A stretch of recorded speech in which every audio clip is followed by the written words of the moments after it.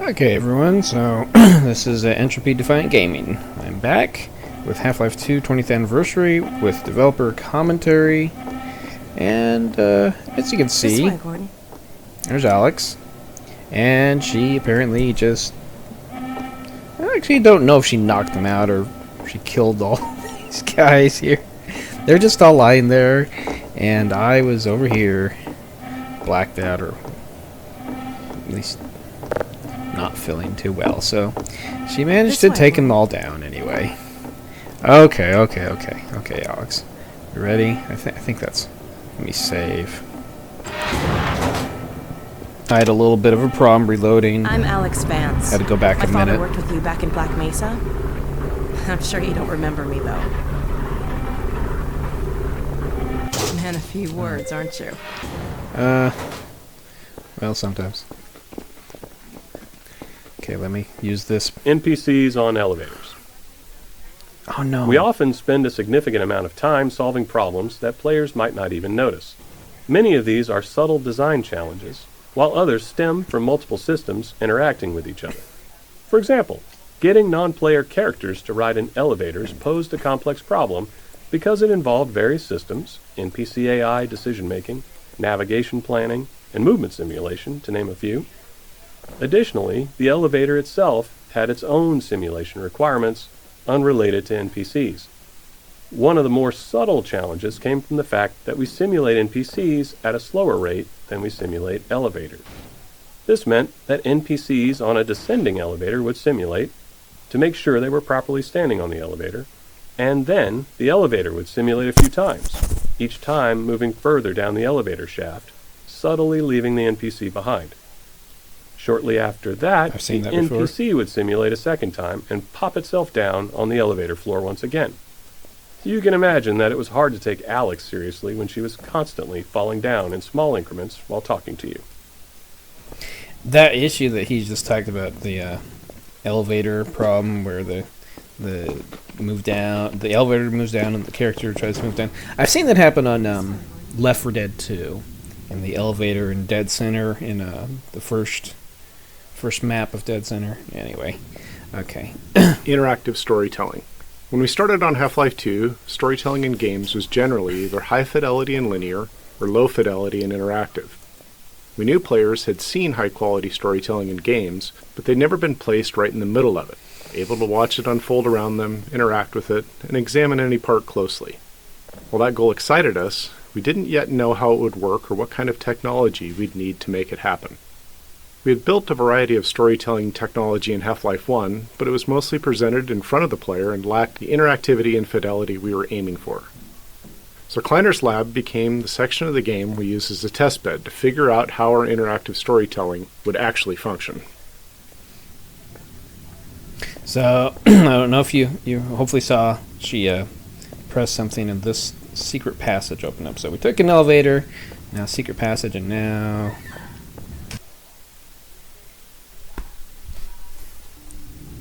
Funny, you showing up on this day in particular. Red letter day. How can I go back? More of these. Come on, Gordon. We've been helping people escape the city on foot. It's a dangerous route to my father's lab, through the old canals. Today, we're finally on the verge of having a better way. Here, let me buy you a drink.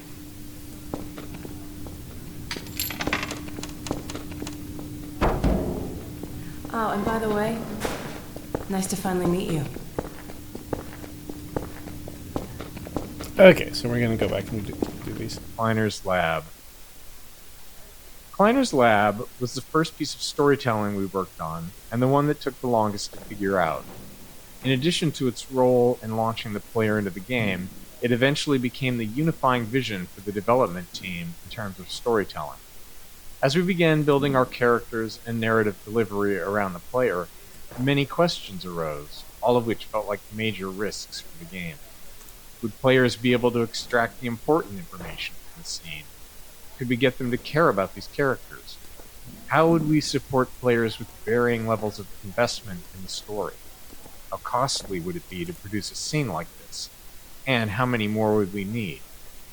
These and many more were questions we couldn't answer until we'd built enough of the scene and tested it with a lot of playtesters.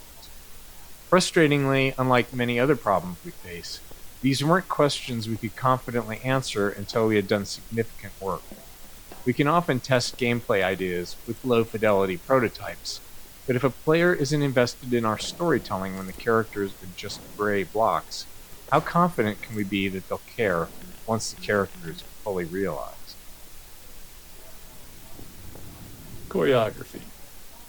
The system we built and iterated on to deliver Half-Life 2's storytelling was internally called Choreo, short for choreography. Early on, we found it useful to imagine we were writing a play where one of the actors didn't know the script. We needed a system that could control all the other actors, moving them around the stage, delivering their performances and speaking their lines. To handle this, the other actors would need to seamlessly mix our directorial commands with dynamic responses to the player's position and behavior.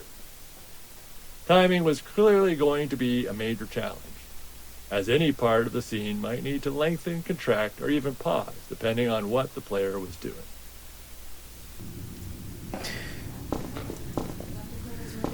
Dr. Kleiner's waiting. Face Poser. The primary tool we built to power the Choreo system was called Face Poser, an inaccurately named program that allowed our animators to lay out the entire structure of our scenes along a timeline. The timeline contained a series of choreo commands for the actors, along with all the necessary information for them to perform those commands.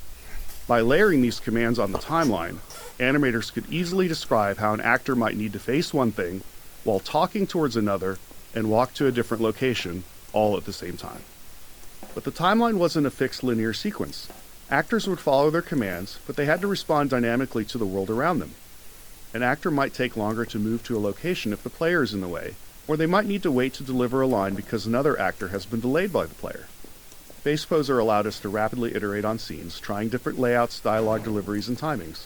This ability to quickly experiment and adjust proved critical in finding the right performances to achieve our character and narrative goals. Okay, so should we move on? The thing is, I don't like to move to the next area because earlier in the previous video, the first video I did that I had the sound problem with. Come on, Gordon.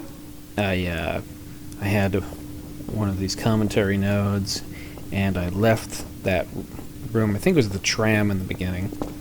I left the train, and the node got closed up, so I don't want to move too fast through this, but... Choreo commands. This debug visualization shows the two most common choreo commands actors receive throughout a scene, internally known as look-ats and move-tos. Actors are given targets to look at, sometimes more than one at a time, and then try to focus on the one that makes the most sense given their current state. At the same time, they might be receiving move-to commands, which tell them to move to a location and face a specific direction or object. Even these seemingly simple commands involved a lot of complexity. A scene might require an actor to talk while typing on a keyboard, all while looking at an object the player is holding. Since we couldn't predict where the player would be during playback, authoring scenes like this required us to break each element of the scene into separate pieces and layers. These could then be reassembled as needed during playback, based on the player's actions and interrupted if necessary. That's interesting. I probably should have waited to press that until... Can't keep him here long, Doc. They're done It'll jeopardize talking. everything we've worked for. Don't worry. He's coming with me. That's right, Barney. This is a red letter day. We'll inaugurate the new teleport with a double transmission. You mean it's working? For real this time? Because I still have nightmares about that cat. No. There's nothing to be nervous about. cat? We've made major strides since then. Major strides. What cat? Doc, What since he's not cat? taking the streets, you might as well get him out of his civvies. What? Oh dear, you're right. I almost forgot. Barney, I'll give you the honor. Huh. I've got to get back on my shift, but okay.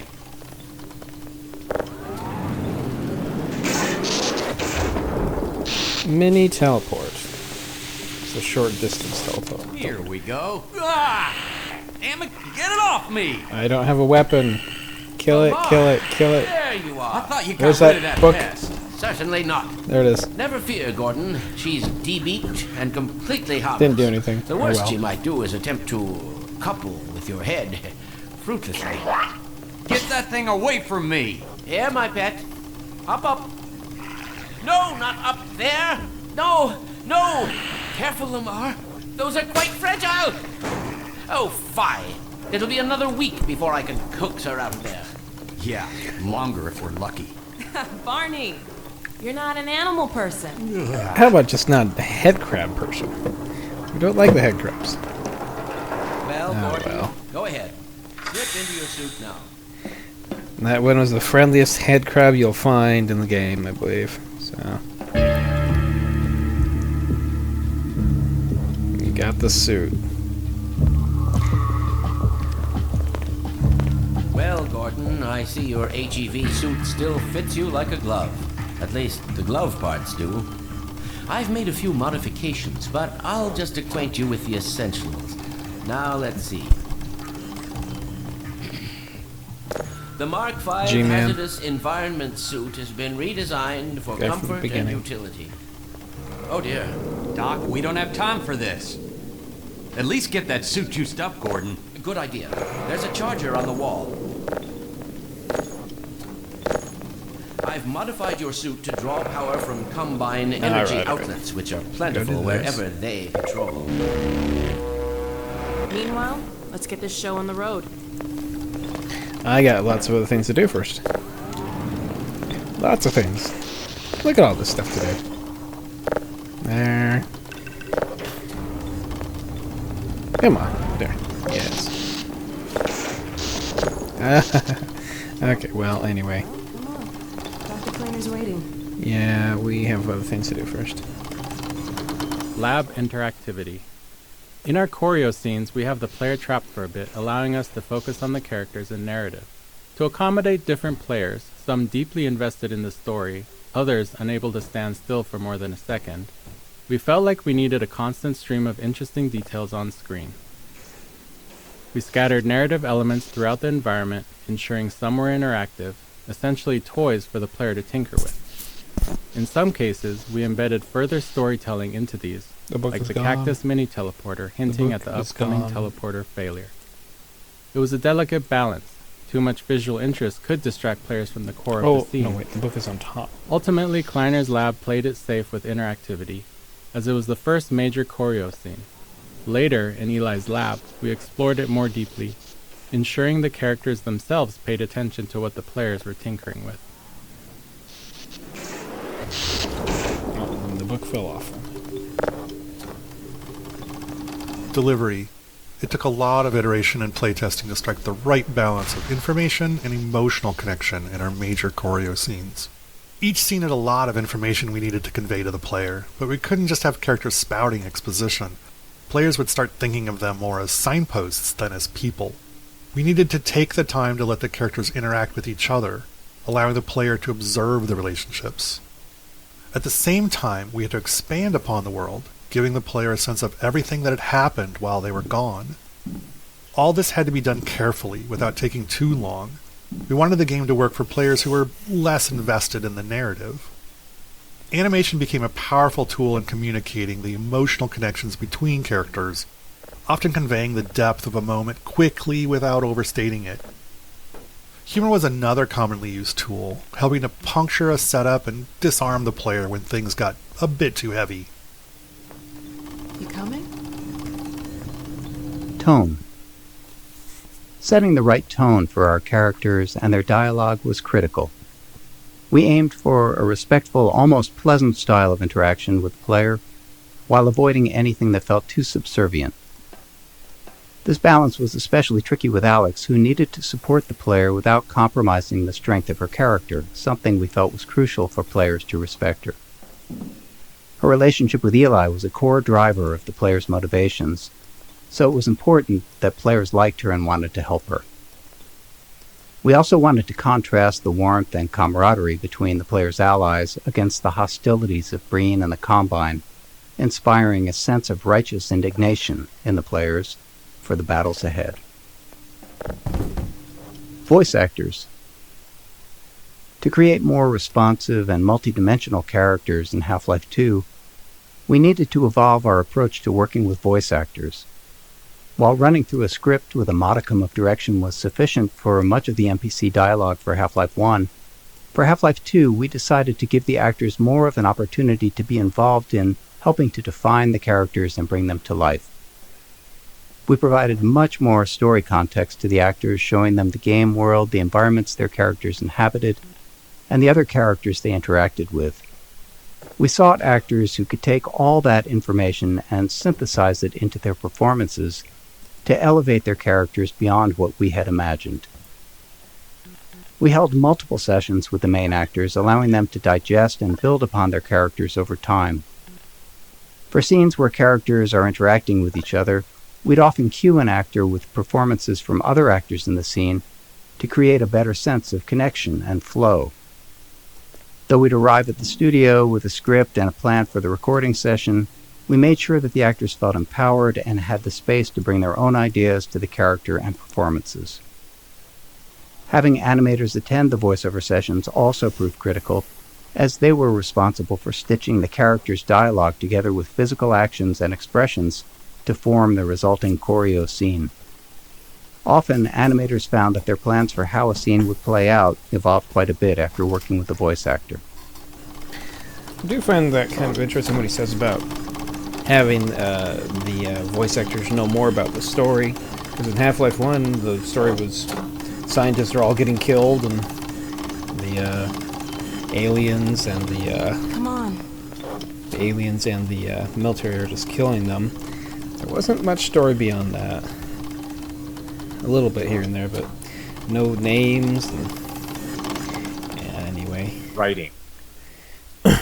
In the Half-Life 1 era, player goals in FPS games were still largely about fighting and defeating an obviously evil enemy. It was hard to get players to care about characters when they were as low fidelity as they were in Half-Life 1. With the planned improvements in character fidelity for Half-Life 2, we wanted to take a shot at making characters the driving force of the narrative. Our goal was for the player's motivations to align with those of our characters, for the player to care about these people, their hopes and fears, and to want them to succeed. With this in mind, we were able to assemble our approach to character and dialogue. We would create a set of characters who liked and cared about each other, hoping that the player would feel the same. These characters would interact in a way that felt inclusive, like a group of old friends who see the player as one of them, just someone who's been away for a while. If the characters demonstrated realistic emotional connections with each other, we believed we could build an emotional connection with the player as well. You coming? That's right, I forgot about this.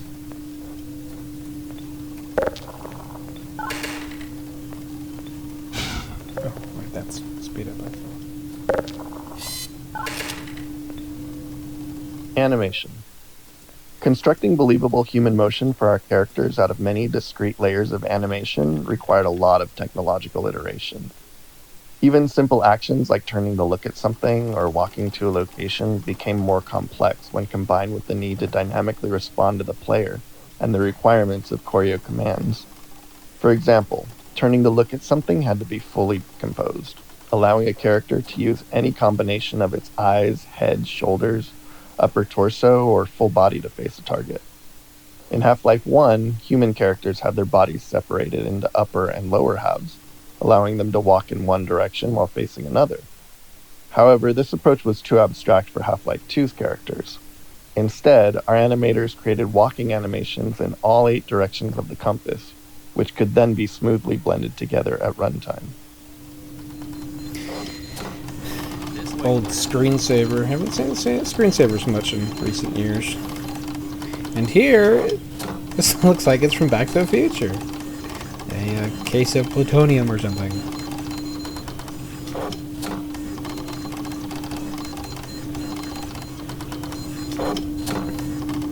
Character reactions. Figuring out what characters should react to and how was an ongoing challenge. At the core, we always want the game to respond to player input.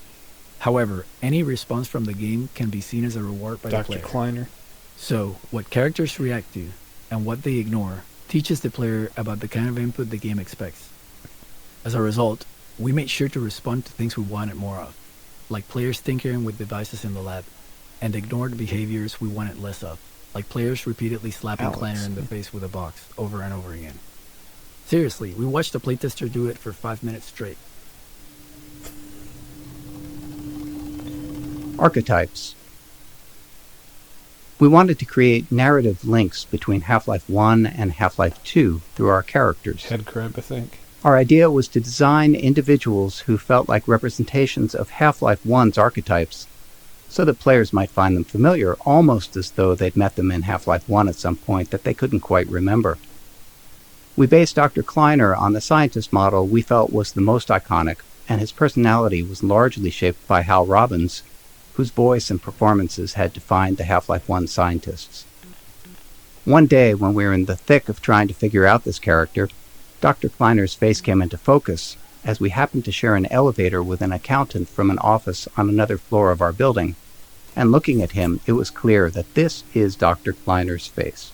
Luckily, he was receptive when we asked if we could photograph him for a video game character. Monitors. We use monitors a lot for storytelling in Half-Life 2 in the episodes, so much so that we even make fun of ourselves for it. The problem is they're just too damn useful. They're fantastic for expanding the world by showing events happening elsewhere, and they provide an easy way to have characters talk without needing to explain how they all got to the player's location.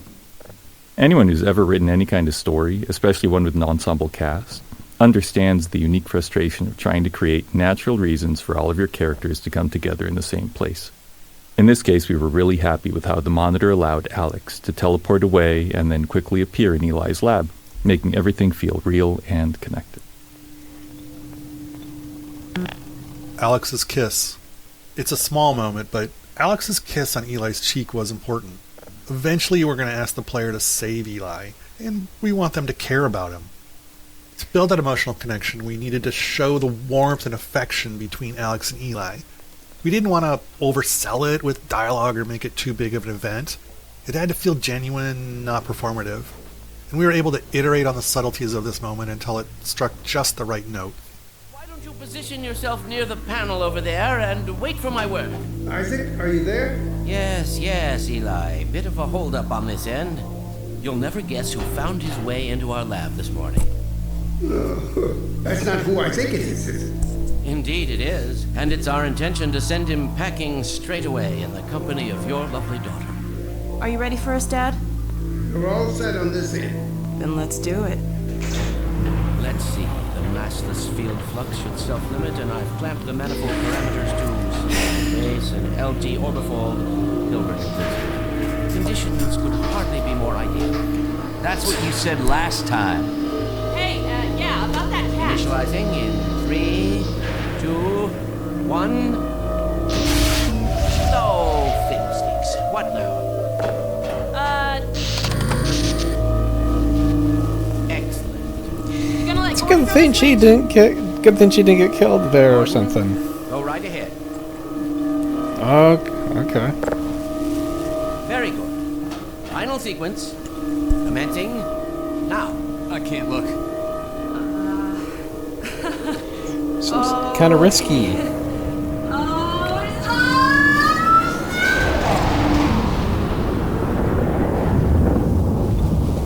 That boom was probably heard by half the block. Did it work? See for yourself. Hey, Doc. Thank goodness. My relief is almost palpable. Fantastic work, isn't it? Well, I can't take all the credit. Harvard. Dr. Freeman proved an able assistant. Says Harvard, Let's I go ahead think. and bring Gordon through now.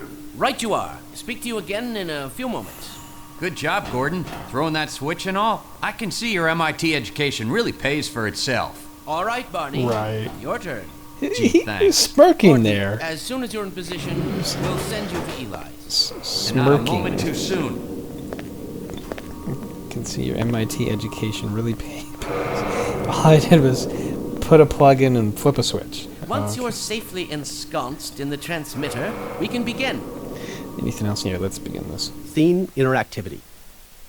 At certain points in our choreo scenes, we require the player to take action.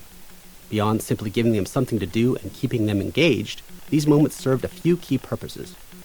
First, they allowed the player to catch up, even if they'd been distracted by something else in the environment.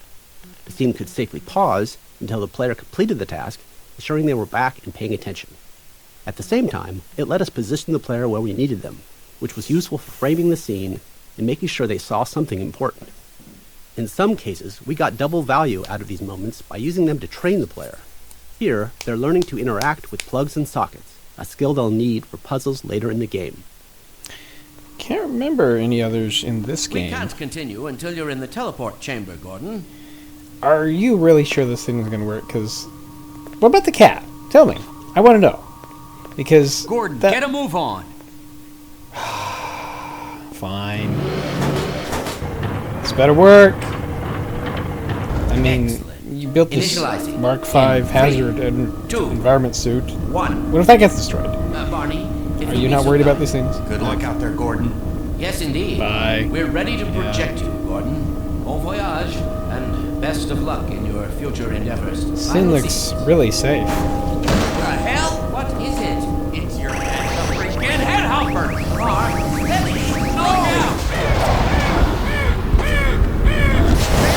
It's jumping for crows. Eat the crows. Oh, there's a crow there. What's going on?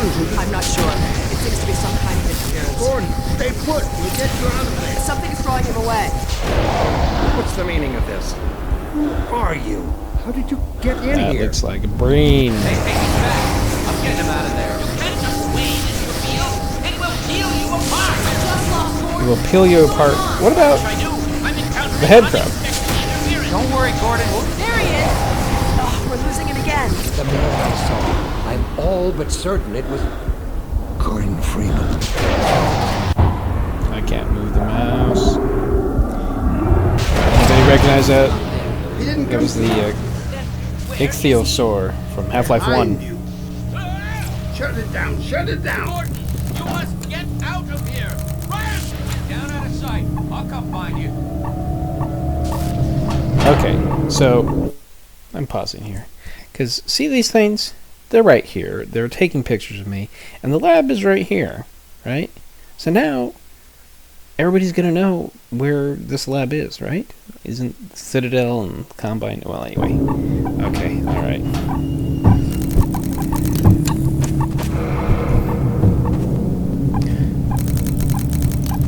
I guess I'll...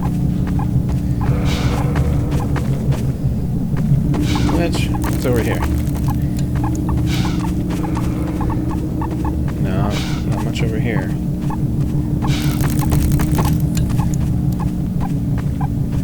And now I've got the suit on, so they should be able to see me wearing that.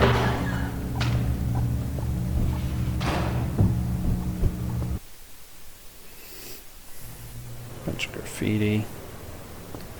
Well, at least I left behind. Can't they fly over the building? Or maybe they got stuck in that section. Hey, Gordon. Barney. The Citadel's on full alert. I've never seen it lit up like that. Get out of City 17 as fast as you can, Gordon. Take the old canals, right? They'll get you to Eli's lab. It's a dangerous route, but there's a whole network of refugees, and they'll help you if they can. I'd come with you, but I gotta look after Dr. Kleiner. Oh, and before I forget, I think you dropped this back in Black Mesa. Good luck out there, buddy. You're gonna need it. Thanks, Barney.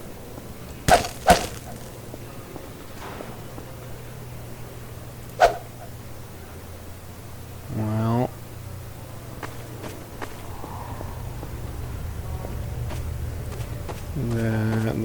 they're sending out tons of those.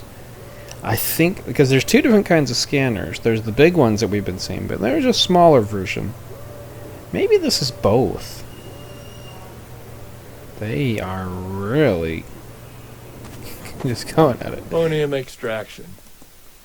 Another critical tool we built in the Face Poser was the phonium editor. It processed the voice actors' dialogue lines and extracted phoniums to generate basic lip sync animations for our characters. For the hero characters, our animators use this as a starting point to create high-quality custom animations for each dialogue line, incorporating full facial animation. However, in a dynamic choreo scene, the animators wouldn't know exactly what the rest of the actor's body would be doing. This meant it required careful layering of choreo commands and timing within FacePoser, while still maintaining the actor's ability to dynamically respond to the player. At the time of Half-Life 2's release, most first-person shooters gave the player a gun or a melee weapon right off the bat, but we opted to start them empty-handed. Without a weapon, it was easier to train the player on the more novel ways they're able to interact with the world, and introduce them to our story. We wanted the player to transition from fugitive to the aggressor, and arming them at the right time created that moment naturally. By the time they finally get a weapon, they're done running away. They say sometimes the best way to win is to walk away, but we all know that's not true. The best way to win is to run towards something while shooting at it.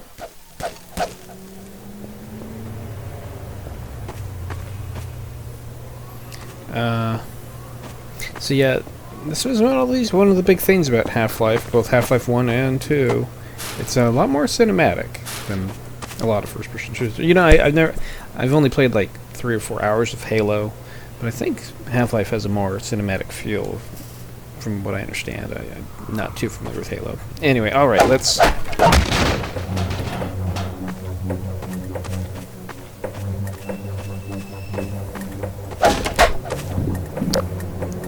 one of these that comes up yet.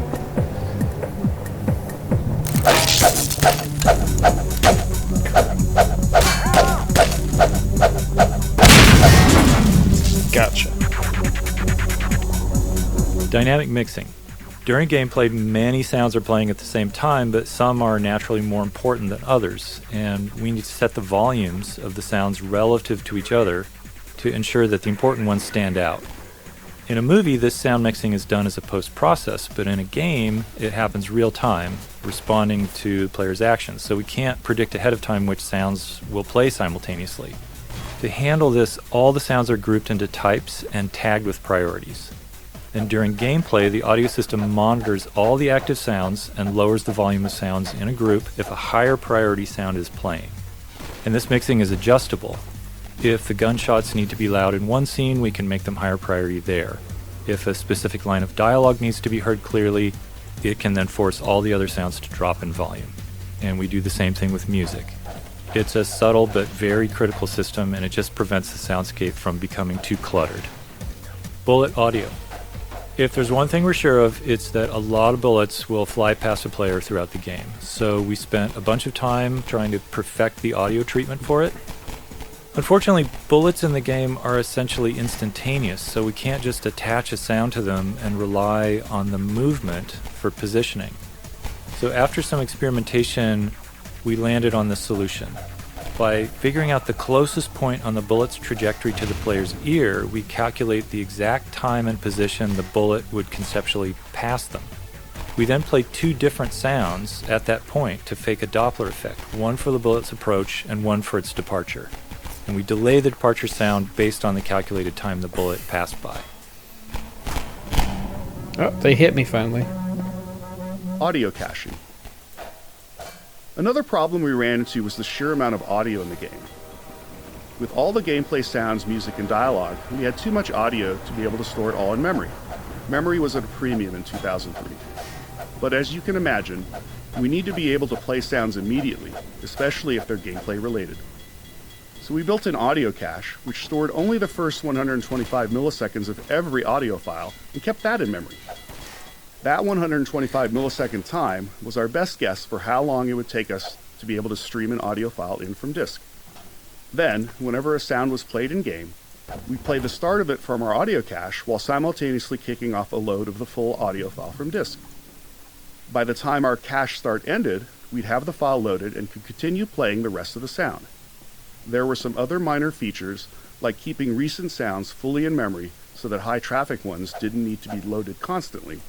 In today's engines, all kinds of assets, beyond just sounds, typically use the same kind of strategy.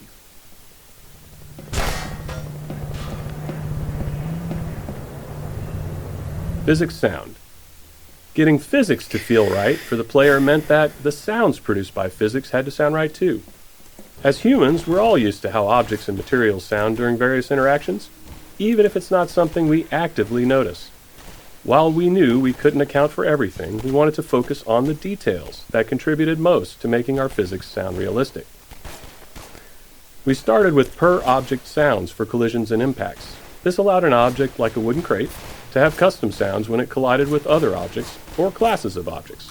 Next, we began dynamically modifying these sounds based on the characteristics of the physical event, such as the masses involved and the force of the collision. This worked great for collisions, but didn't hold up in other interactions like objects scraping against each other. In reality, a wooden crate makes a different sound when it scrapes against a wall versus when it's thrown against that same wall. Let me tell you, nobody has done more research on the nuances of a wooden crate's physical properties than us. To get what we wanted out of these interactions, we implemented per-material collision sounds, metal against wood, metal against metal, and so on. These sounds were also dynamically modified based on details, like material hardness or type of metal. Getting this system to sound right required countless small tweaks, which we could only identify once it was running. We also experimented with custom sounds for rolling objects, but ultimately cut the feature because we weren't happy with the results. It's fortunate you're invulnerable while these are going. Automating DSP. All the sounds the player hears are processed through our digital signal processing system, or DSP. And this just refers to how audio is altered to reflect the environment the player is in. For example, the same sound will differ when heard in a parking garage,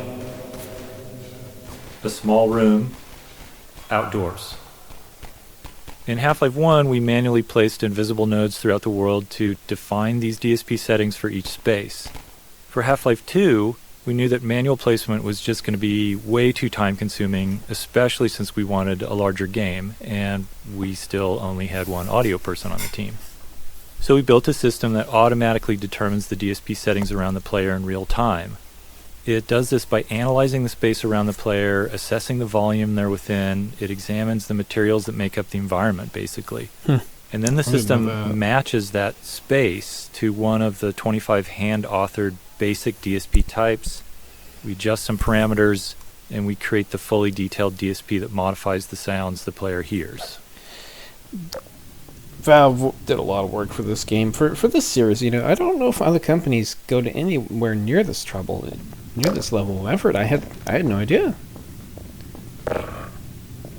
All right, let's save, and let's do a big save. I already have plenty of big saves, but I'm going to do another one.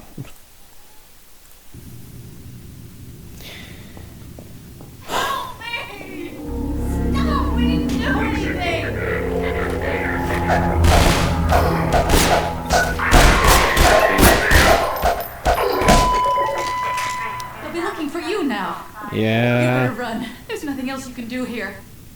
I'm sorry, I couldn't help you in time. Maybe if you get him to a hospital.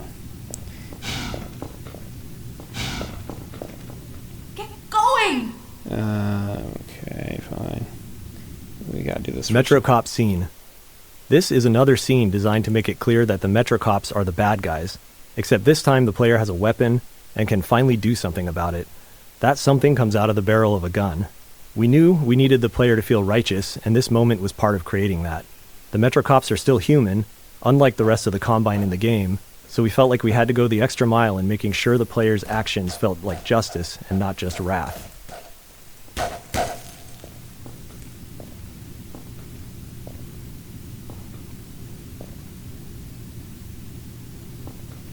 Oh yeah, I was saying that was an ichthyosaur, that creature when I was teleporting. That was an ichthyosaur from the first game. Half-Life 1. Okay. Which was a water enemy. Water enemy alien creature. Let's pull out the gun.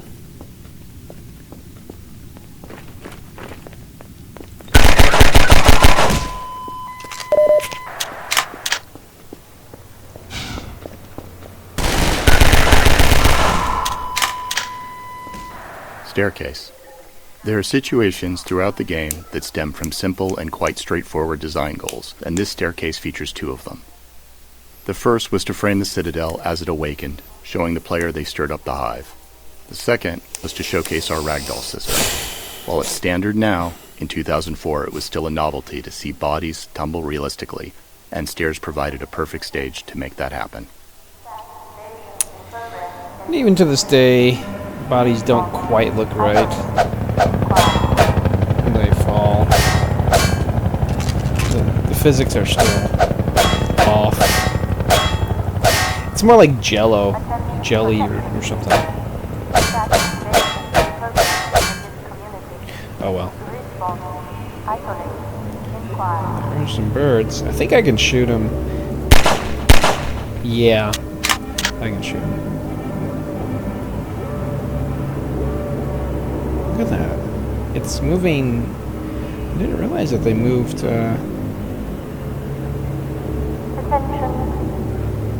Unidentified person of interest. Confirm your physical status with local protection team immediately. Unidentified person. Explosive barrels. Here we introduce explosive barrels, a staple of first-person shooters, but with a new twist. The second pistol shot sets the barrel on fire, starting a timed detonation. A third shot will detonate the barrel immediately. This way players could either delay the explosion or trigger it right away depending on the situation. Players may want to feed an explosive barrel to a barnacle and then shoot it twice as a handy way to safely dispatch a cluster of them. The delayed explosion also made for more interesting chain reactions between multiple barrels. Exploding barrels were a fan favorite in the series, but also were internally favored by level designers who often felt like the game could never have enough of them. City 17 Awakens. The early train station section was designed to make the city feel indifferent toward the player, as if Gordon is just another nameless, faceless citizen, ripe for subjugation. But during the tenement raid and rooftop chase, the city identifies the player as an anomaly and starts to stir. Now, with the player as the aggressor, the city fully turns its attention on them. The Overwatch PA system, first heard during the raid, played a key role in delivering this message. If players listen closely, there's a lot of information about the city's awareness. Even when players didn't pay attention, though, the audio treatment still conveyed the emotional message we were aiming for.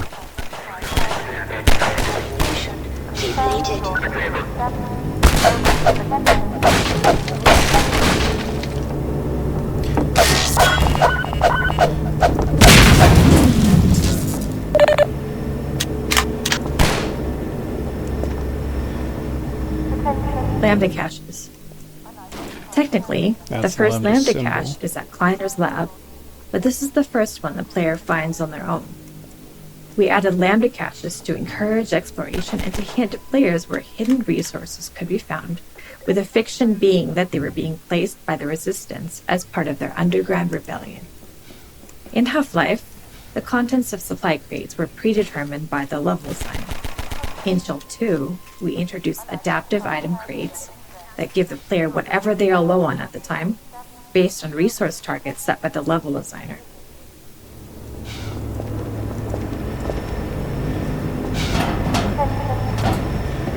Unidentified person of interest.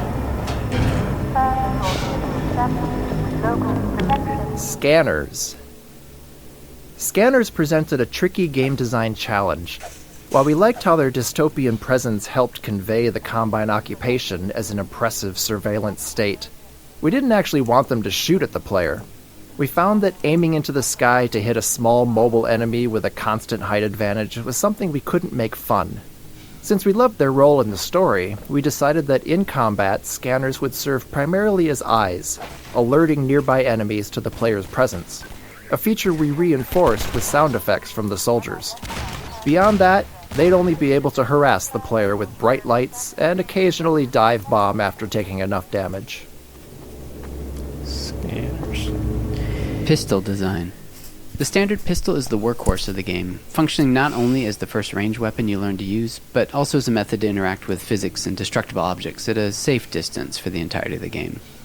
To help make it feel more responsive and fun to use, the pistol employs a refire mechanic that's unique to it in the game. The gun will fire as fast as the player can click their input button, meaning that they feel an instant response to their input, and the faster they can click, the faster they can shoot. Overwatch.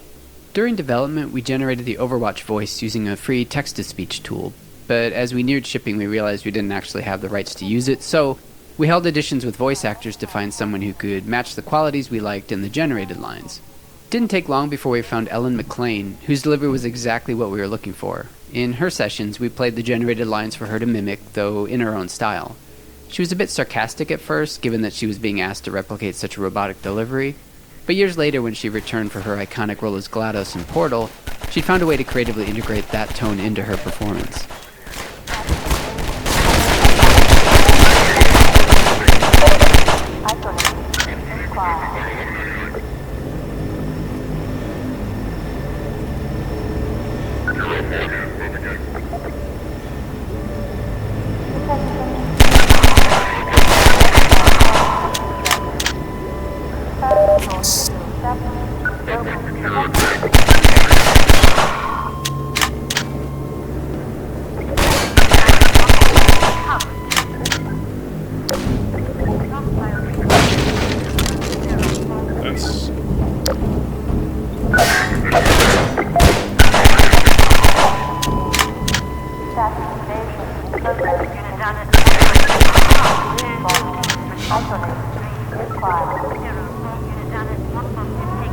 Quite a fall there.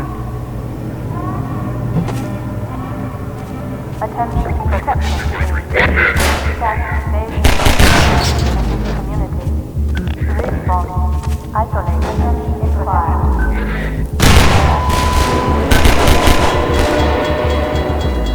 Don't stand on the train tracks. Yeah.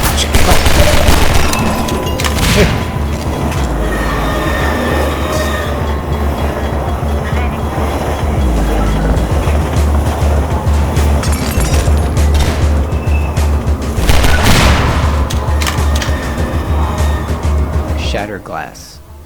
When designing early levels where there are fewer mechanics in the player's toolkit, we found that it's just as engaging to spotlight new technical features instead, as we did here with breakable glass. For the shattering effect, glass was divided into a grid of small squares, allowing us to track which were intact or broken, and to blow out larger sections once enough squares were no longer connected.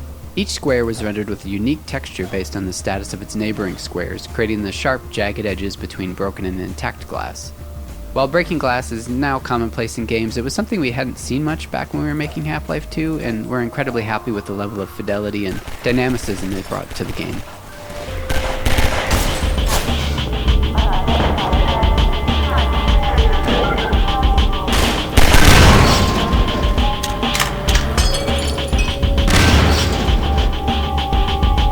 Shadows are kind of weird there.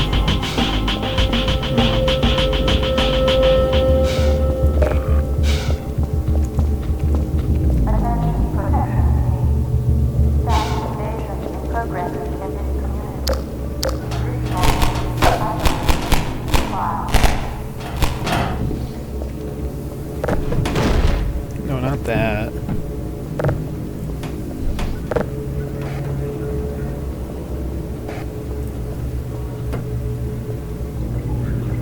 Helicopter Peekaboo. The Combine attack helicopter as central antagonist was something we wanted to develop throughout the entire chapter. The relentless chopper became a character in its own right. Here, if you listen and look overhead, you can hear its engine and see it flying along the train tracks and into the distance. This first glimpse is a small piece of foreshadowing, with its presence becoming more pronounced over time, until eventually you're squaring off against it.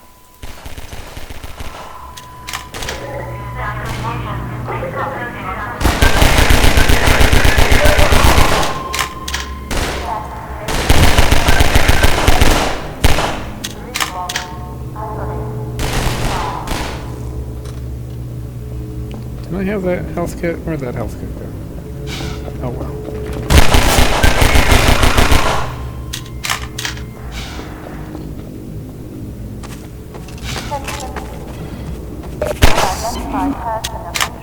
Iterative passes.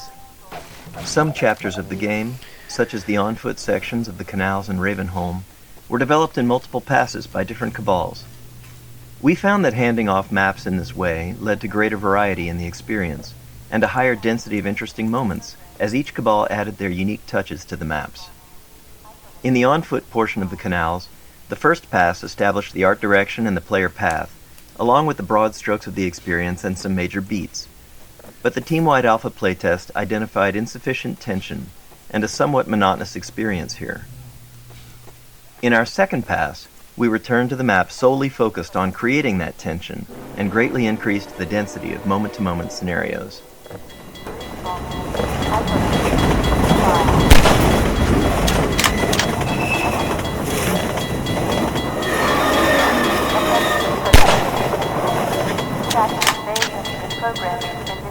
Okay.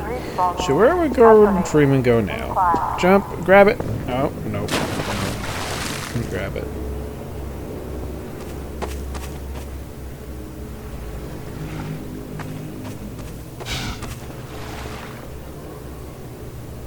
Water shader. The most complex shader we made for the game was the water shader, which made full use of the newly available programmable graphics cards. When water was present, the scene was rendered 3 times. First, the underwater world for refraction, second, a reflected view, and third, the parts above the water. When rendering the water surface, we blended the refractive and reflective views, showing more reflection at glancing angles using the Fresnel equation. We also tracked the ground depth below the water's surface, making it more transparent and less refractive in shallow areas. Additionally, we had to create 2 alternate water rendering techniques for lower-end graphics cards. Mid-range cards displayed a lower detail reflection without refraction or transparency, while low-end cards only rendered a partially transparent surface. I think my settings are at maximum, are they? Or I'm not even sure.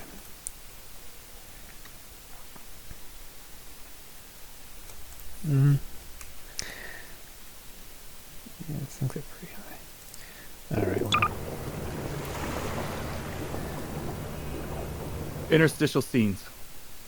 As playtesting progressed, we often found areas where players lost track of their goal, which isn't uncommon in a game like Half-Life. To address this, we added smaller interstitial scenes to help guide players along their path and reinforce their objective.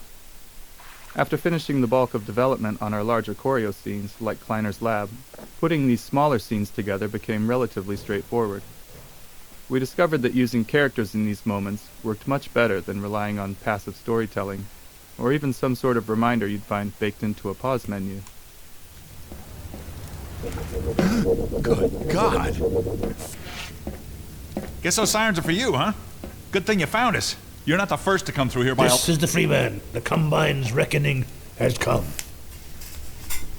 Look, we're just a lookout for the Underground Railroad. Main station's right around the corner. They'll get you started on the right foot. Meanwhile, let my Vortigaunt friend here give you a jolt to get you going.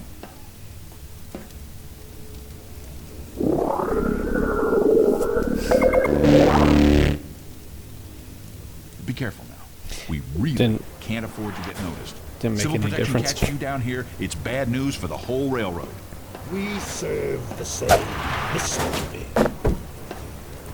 Citizen reminder. Keep going. Inaction is conspiracy. Better get going. Report counter behavior to a civil protection Here's a team map. immediately.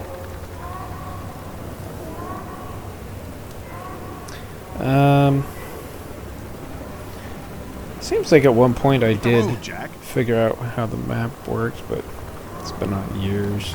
Oh well. Boxcar Bill. This small scene originally featured 2 human characters, but later in development we replaced one with a Vortigaunt.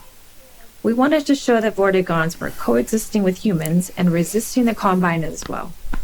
We also introduced their ability to heal the player, although we didn't fully capitalize on that feature throughout the game. Vortigaunts became a useful narrative tool for keeping dialogue brief, as their hive mind justified their full knowledge of the world and the player's goals. This meant they never had to ask questions, neatly sidestepping the challenge of writing dialogue for a silent protagonist.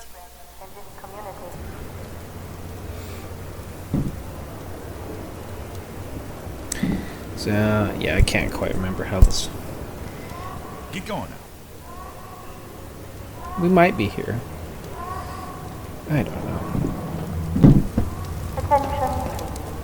Because the maps are real, or do have meaning. At least the ones later do. I'm not sure about this one.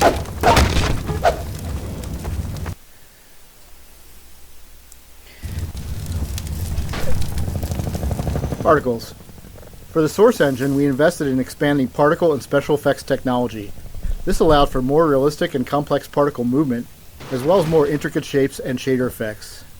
In particular, adding bump mapping to our particles features made a huge difference in the volumetric look of them.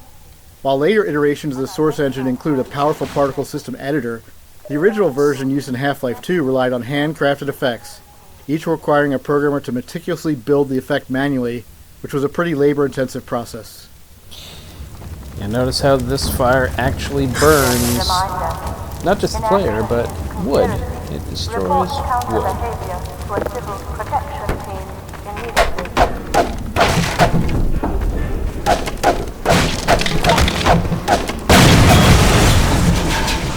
It's fortunate you didn't get killed there. I didn't get killed. Gordon didn't get killed. Citizen reminder. Inaction is conspiracy. Report counter behavior to a civil protection team immediately. Burns up all the wood.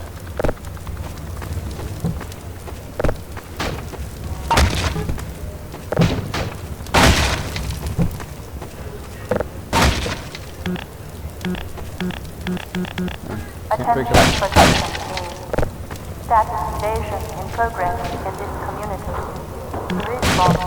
Isolate. Inquire. Okay, anyway.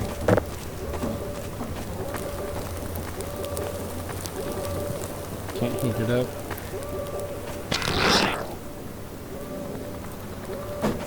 Barnacle Introduction. Because barnacles can be confusing when first encountered, we wanted to introduce them in a way that showed players their behavior at a safe distance.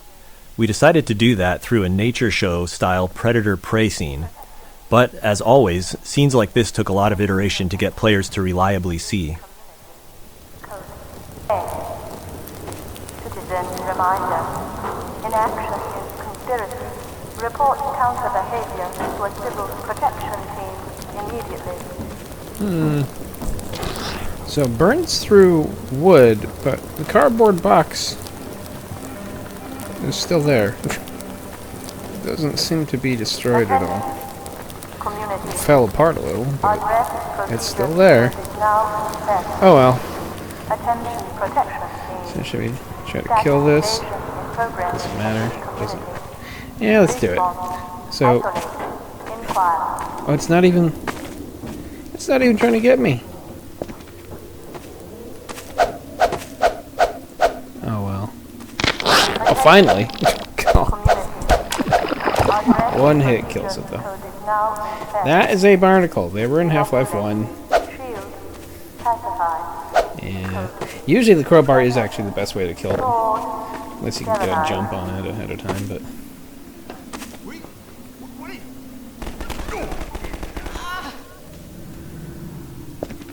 Somebody shot him. What's it?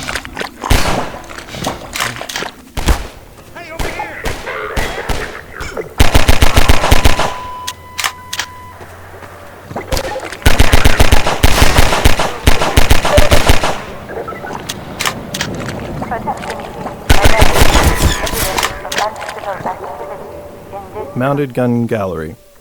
There are a few things going on in this scene. The turret firing at the breakable crates behind teaches players not to take the threat head-on, and instead utilize the sewer route to defeat it.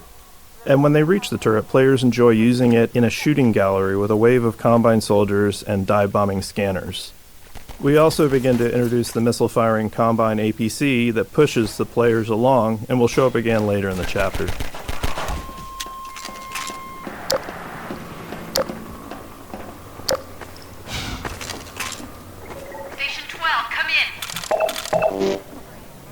This is Station 8. We heard 12 go down and out. Surgical strike units are targeting railway stations. Repeat, civil protection is coming down on underground stations. We're already getting refugees from 9 and outlying. Looks like we're... Station 8, do you copy? Station 8, are you there? We have confirmed reports of manhacks. Repeat, they're filling the underground with manhacks. Filling the underground with manhacks.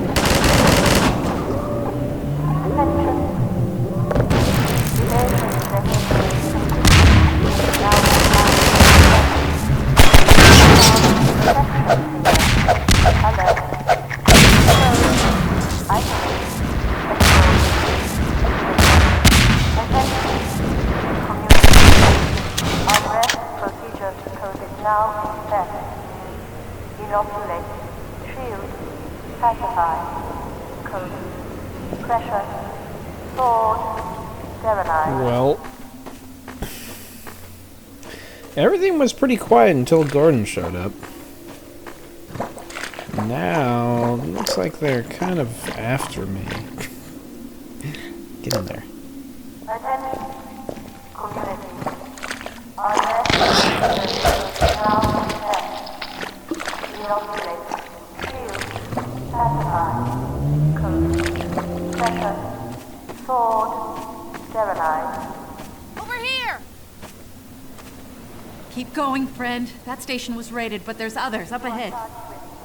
I'm gonna stay here in case any others come through. Gotta keep the railway alive.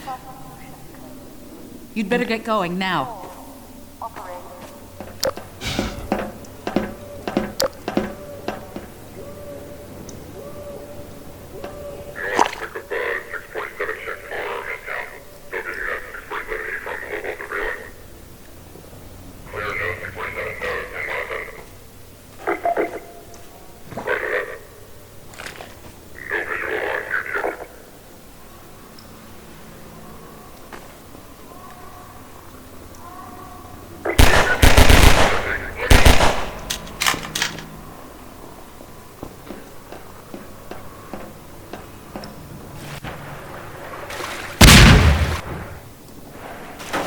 That doesn't look so good.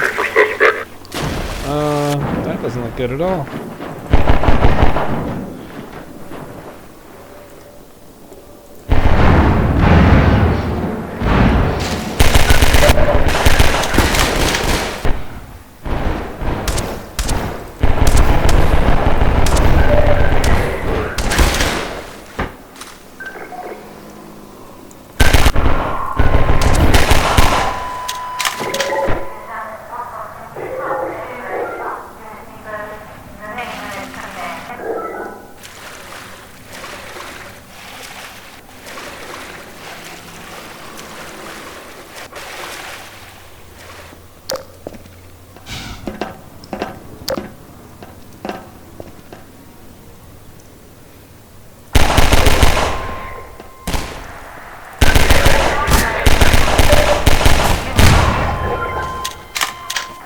Boom. Running around a corner into a new area just to see enemies standing there is always awkward, and it makes the world feel less alive and more like a shooting gallery. So we were motivated to introduce enemies into combat spaces in more interesting and dynamic ways that would communicate planning and intentionality on their part, as if these soldiers had had a plan for Gordon even before he showed up. The Metro cops in this scene jump down into this space via scripted sequences, and later in the game we use rappelling in a similar way. It doesn't matter where they're coming from in reality because players end up telling that story to themselves. We found that in the end, combat should have a story implied in its setup, an ambush, a surprise, a surge, an assault. All of these scenarios use much of the same enemy AI, but all felt different to playtesters.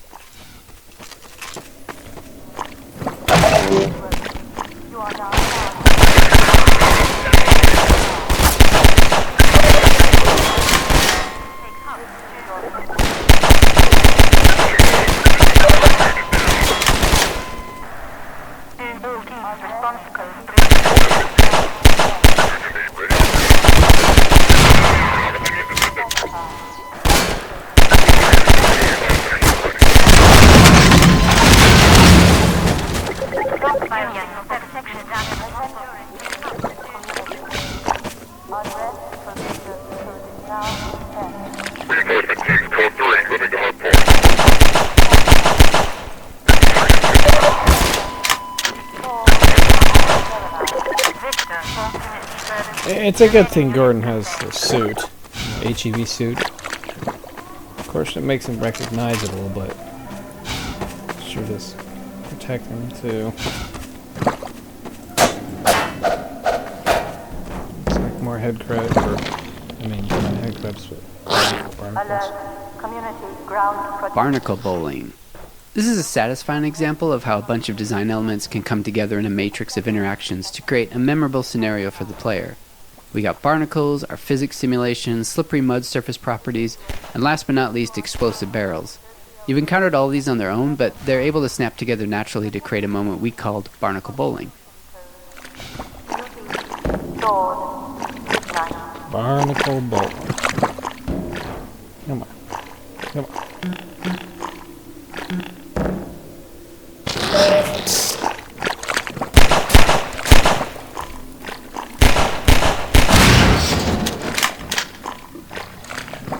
Looks like I got them all. Got all of them.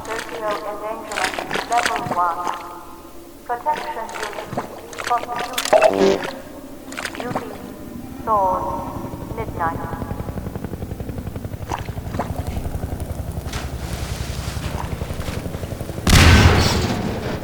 Individual. You're charged with socio-endangerment level 1. I think that's what she said.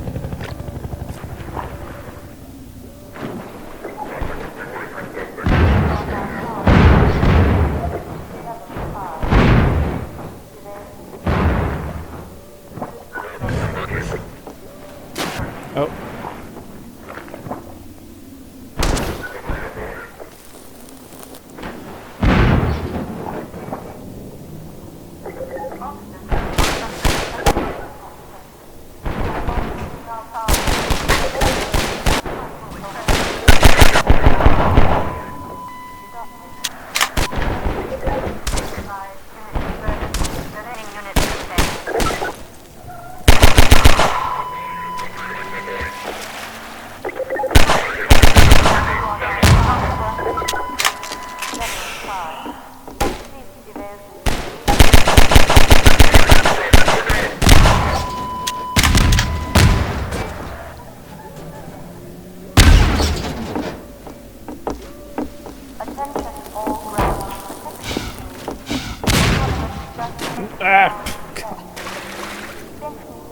Somebody must have thrown one without me noticing.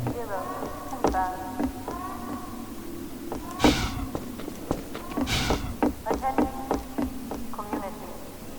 Our dress procedures code is now set. Inoculate.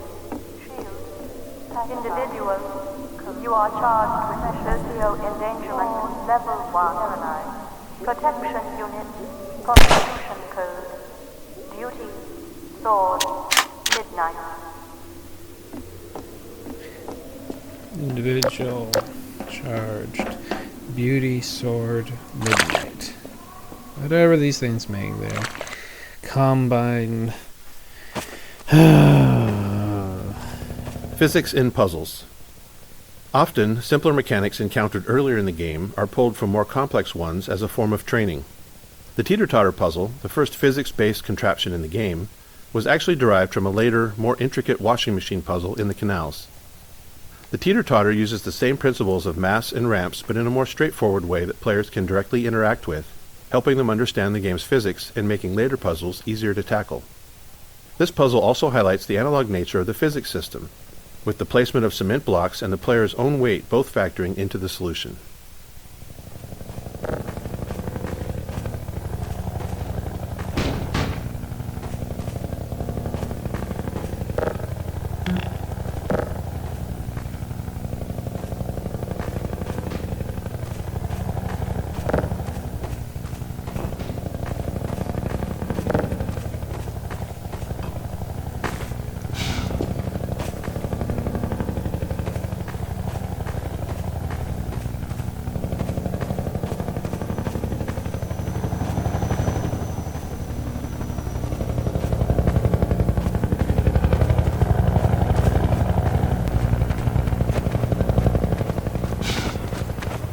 Combine attack helicopter. Players have had glimpses before, But here is where we fully introduce the main boss of the Canals chapter, the Combine Attack Helicopter. This chopper relentlessly destroys a player's cover, forcing them to move forward or risk being gunned down. We wanted this sequence to feel tense and menacing, with the helicopter seeming far too powerful to confront directly, and maintaining that intensity through the canals until the final showdown in the reservoir.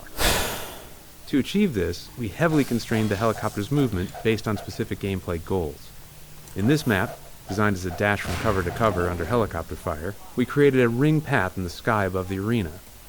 The helicopter always travels to the farthest point on that ring from the player, keeping it visible and making it easier for us to place cover in just the right spots.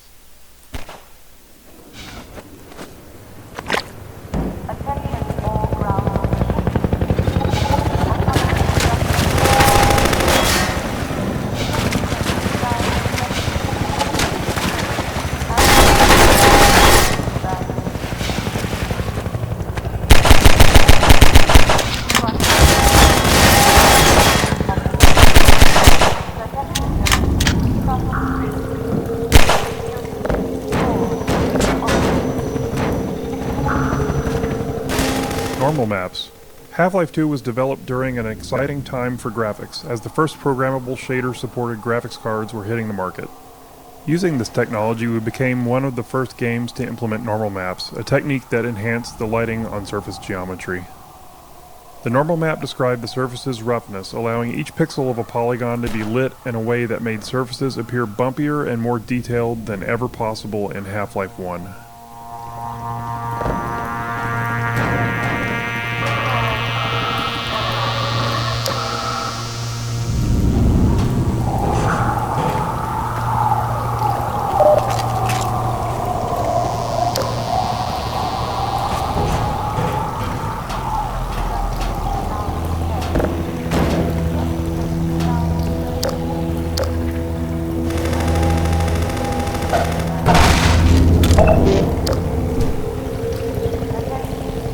Autosave dangerous. In Half-Life 1 we had a set of autosaves throughout the game, hand-placed by level designers and triggered when the player reached some specific moment or position in the game. This ensured that the game was automatically saved for you as you traversed through Black Mesa's corridors. In Half-Life 2 we found ourselves needing a new tool. The problem arose in some of the more complex arenas we'd built. Some of those encounters would last for quite a while and features multiple sets of enemies. Others were long, sprawling mixes of exploration and combat without any clear separation between the two. We never want an autosave where the player is in danger of dying right after loading the game, because that could place the player in a death loop. If you played enough games back then, you definitely found yourself in this situation at least once. So unless we deliberately crafted pauses in every arena's flow, there wasn't always a safe place to put an autosave. After some experimentation, we implemented a feature called Autosave Dangerous. This was a level designer tool that combined an autosave with an associated time frame. When triggered by the level designer, it immediately saved the game, but kept the save off to the side, not available as a save game to load from. If the player then stayed alive for the specified time frame, then the save would be committed and used as the most recent autosave. This allowed level designers to put an autosave at a reasonable place or time in an arena, specify a time, like 30 seconds, and if the player was still alive for 30 seconds, the autosave would be used.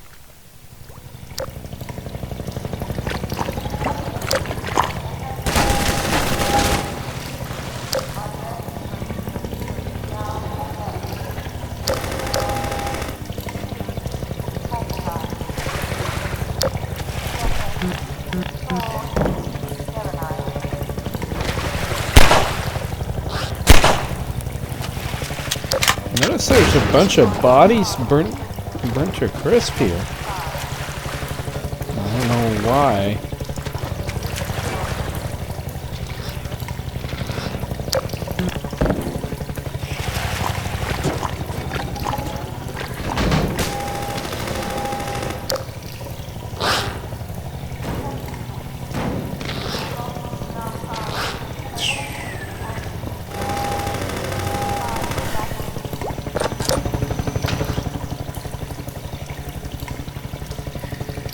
That's a little worrying.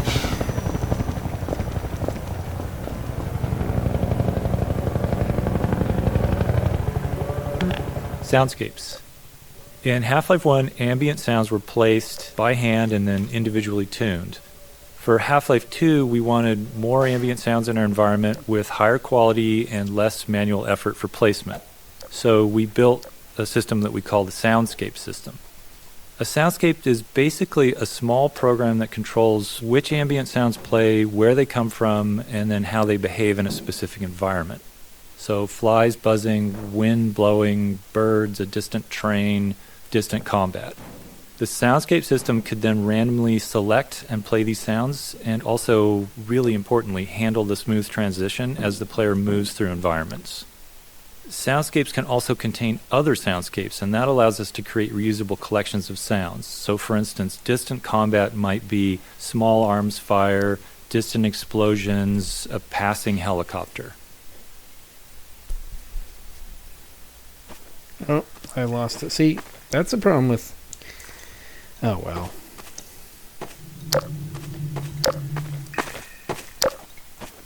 Maybe I'll just go back to it so I can see what the bottom words were. Soundscapes.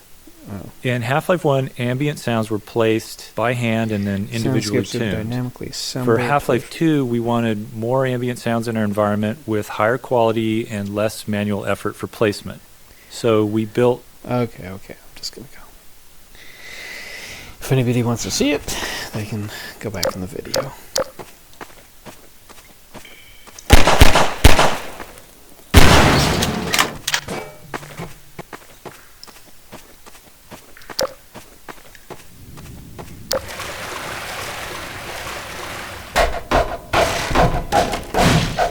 Get in here, hurry!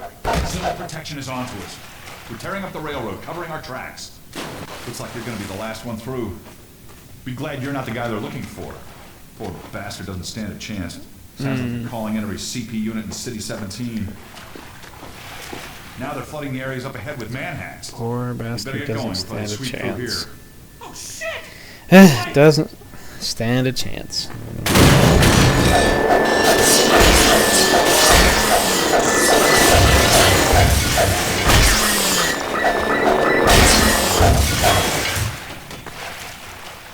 That was a close call. Thanks for your help. Look, it isn't safe here. I'll give you some supplies to keep you going, then you really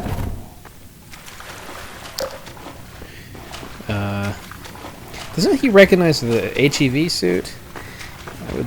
I mean, everybody knows the name Gordon Freeman in this game, so they don't know what the HEV suit looks like? Maybe not. Who knows? Who knows? Is there? Isn't there a ladder? How do I get up there? Oh, there it is.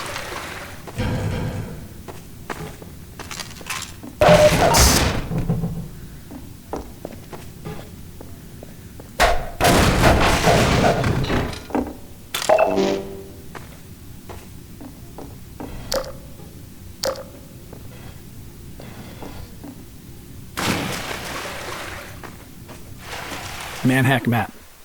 We called this guy Manhack Map. We wanted to give players the sense that hundreds of citizens inhabited the hidden nooks and crannies of City 17. At this point in the game, it had been a while since players had seen a citizen, and we wanted to explain the significance of the manhacks, which was the first physics-based enemy that we created. In the original concept, there was a video arcade in the city where players could fly manhacks around to attack virtual citizens. Eventually, players would discover that the manhacks were real, and so were the citizens. As the Combine occupation became more fleshed out, this idea of a video arcade became an odd fit and eventually fell by the wayside. You understand, I've got to stay and help any stragglers. Thanks, but I'll be okay. Got some work to finish up here. You sure? Thanks, but I'll be okay. Got some work to finish up here. You know, I was just at the previous... You go on. I was at the previous post. They killed everybody there. Well, whatever. Good luck to you too. Okay, well.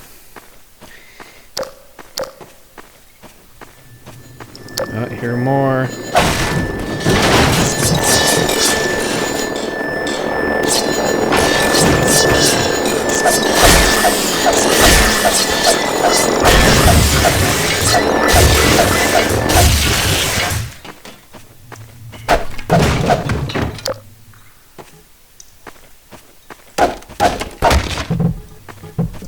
the best thing to break.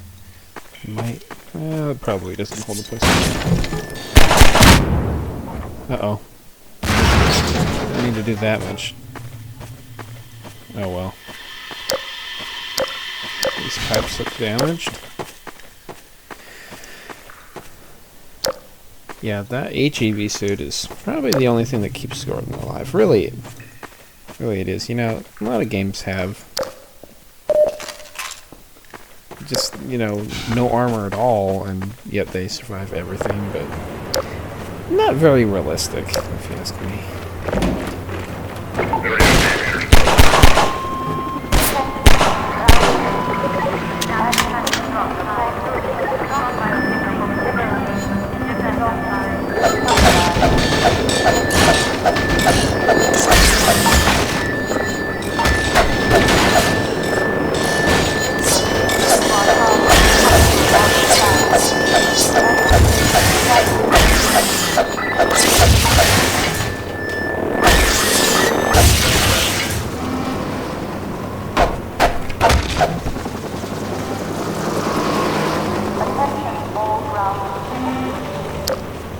Judgment waiver now in effect.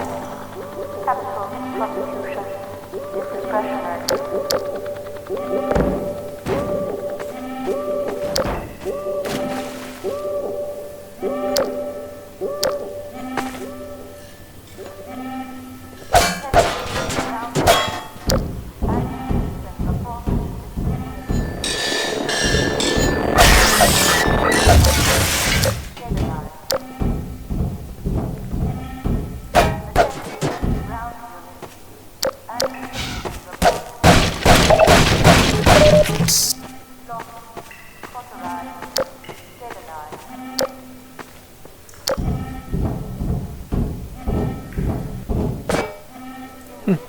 Can pick those up.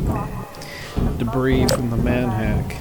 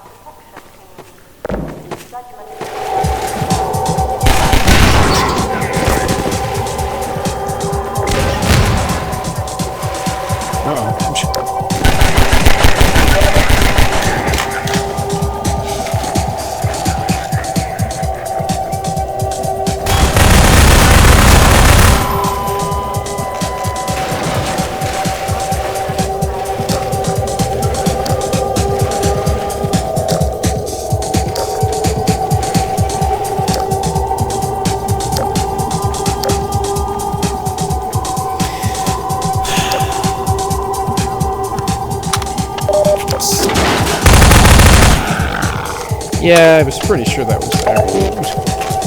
Seen it enough times.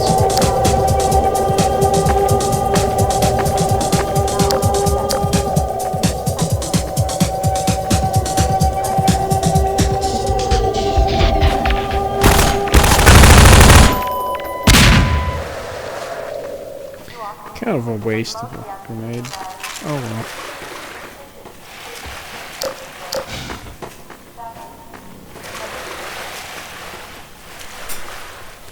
There was something like this in Half-Life 1. The surface tension, I think. Surface tension. Near the end of Half-Life 1.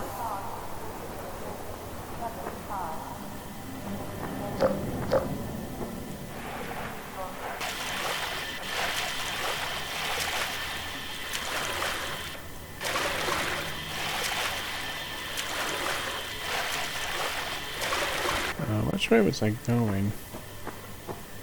Probably the other way.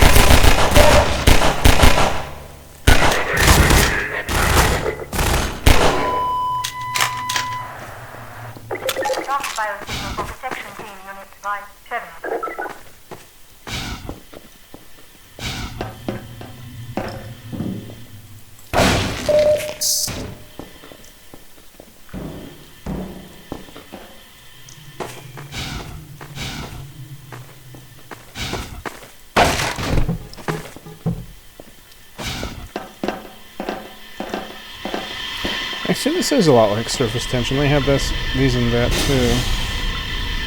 Anyway.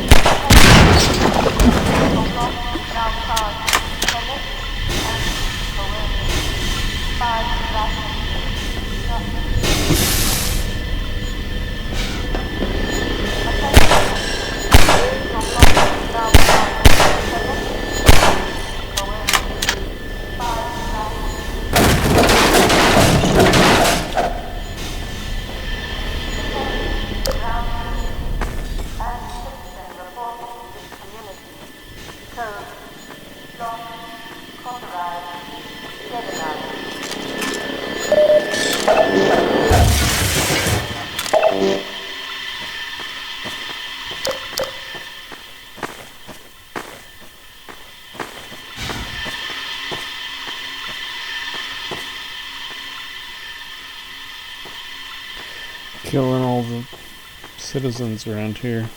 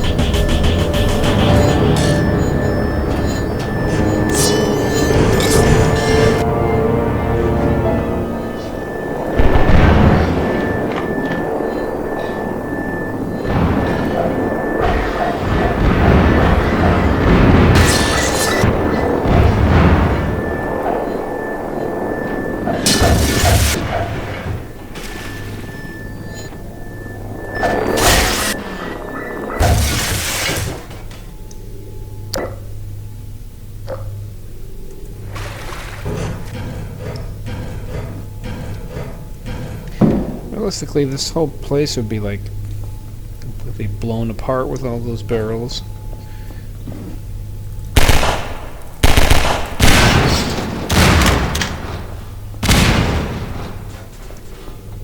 Explosive Barrel Factory. This room, filled with an absurd number of exploding barrels, inspired some good-natured debate within the team around how far to push the plausibility of our world. Frankly, One exploding barrel is probably too many in regards to realism. In the real world, barrels really shouldn't explode, even if you were to shoot them. I don't know. Some probably would.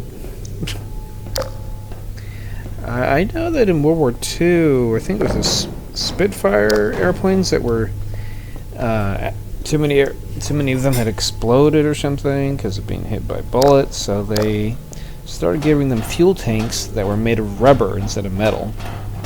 I'm pretty sure I read about that a few years back. Anyway, okay, let's continue.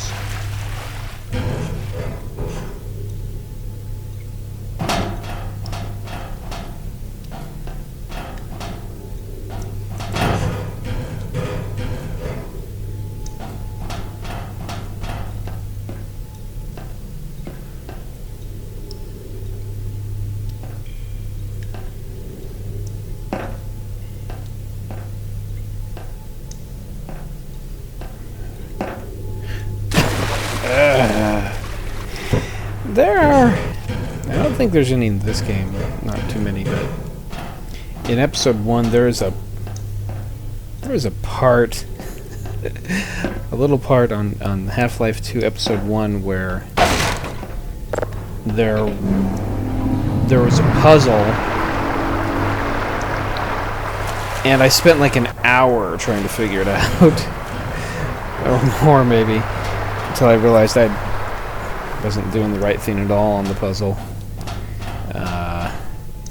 But most of the puzzles are usually pretty easy. You can get them done within just, less than a minute.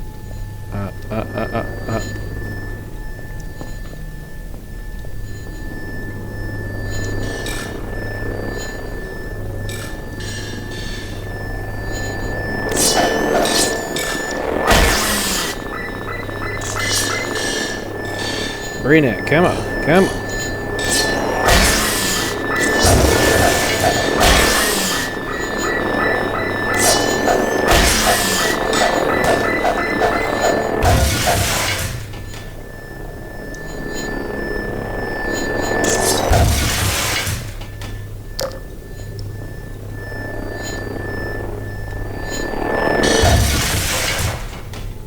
Gotcha. Probably I need to go back and now. Is that right or no? Yes. There's...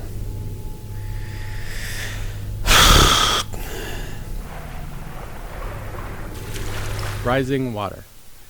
The floating bridge and wooden spools here introduce the concept of buoyancy as a tool for the player.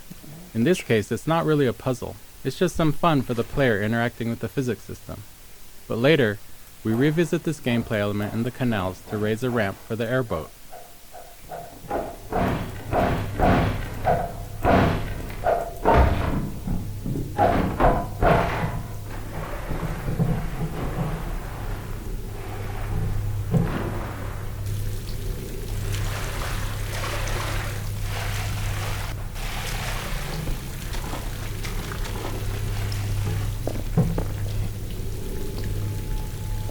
I think there's one more. Maybe I'll go get it.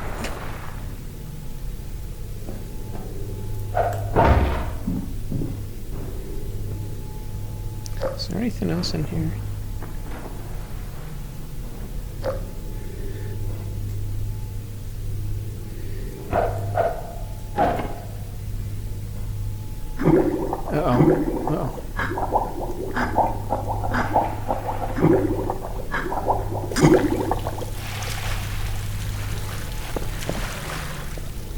good thing my health regenerates once I'm no longer drowning.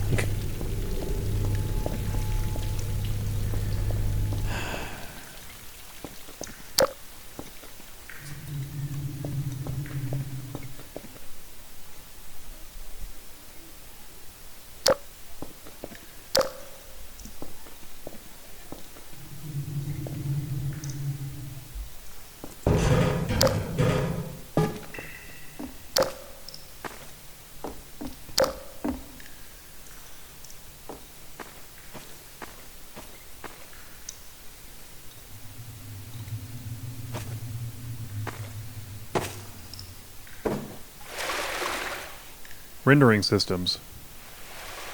In the early 2000s, we couldn't afford a general-purpose renderer with the broad capabilities of a modern engine.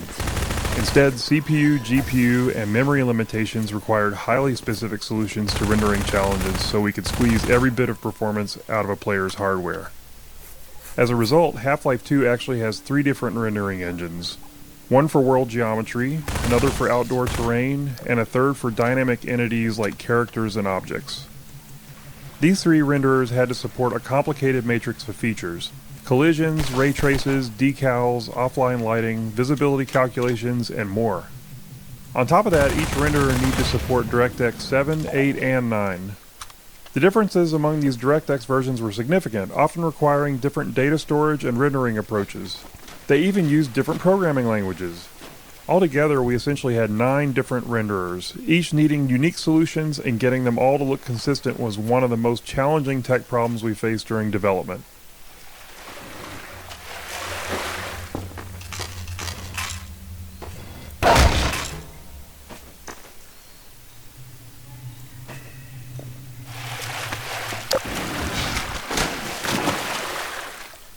Doesn't look like it's that way.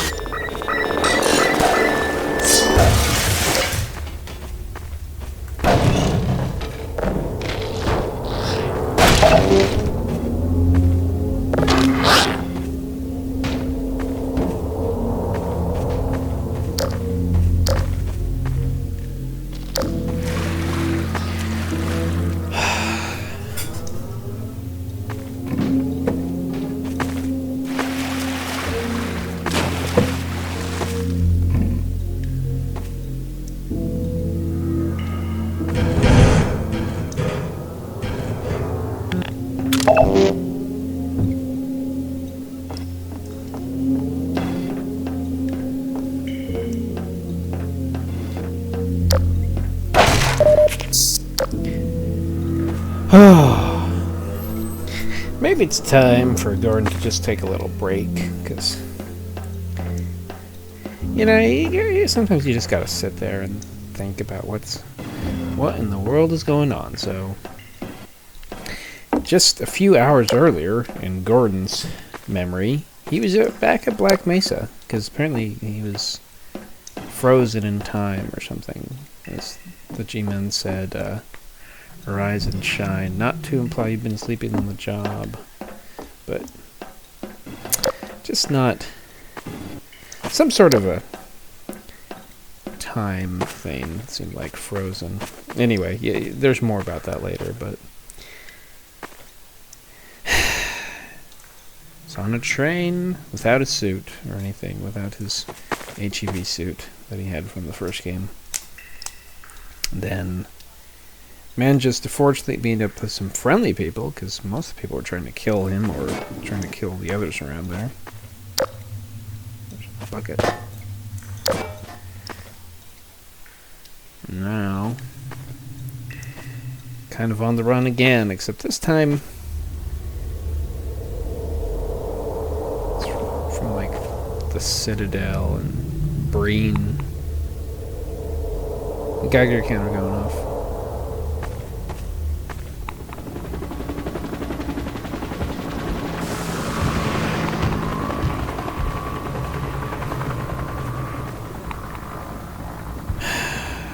Yeah, it's been quite a day. It's been like 2 or 3 days to Gordon Freeman since the beginning of the whole thing in Black Mesa. The science experiment gone awry, and now I'm in some city in Russia or Eastern Europe, and everybody's after me. It's quite the mess. Quite the mess. I guess I need to go the other way. And that stuff is...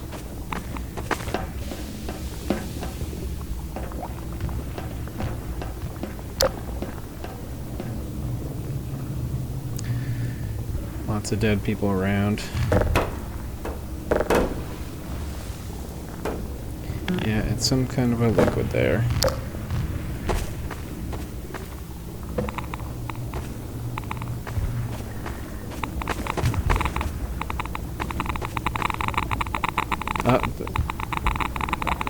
Somebody.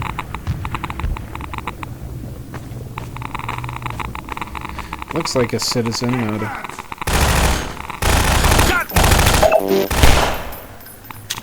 Hey there. Hey!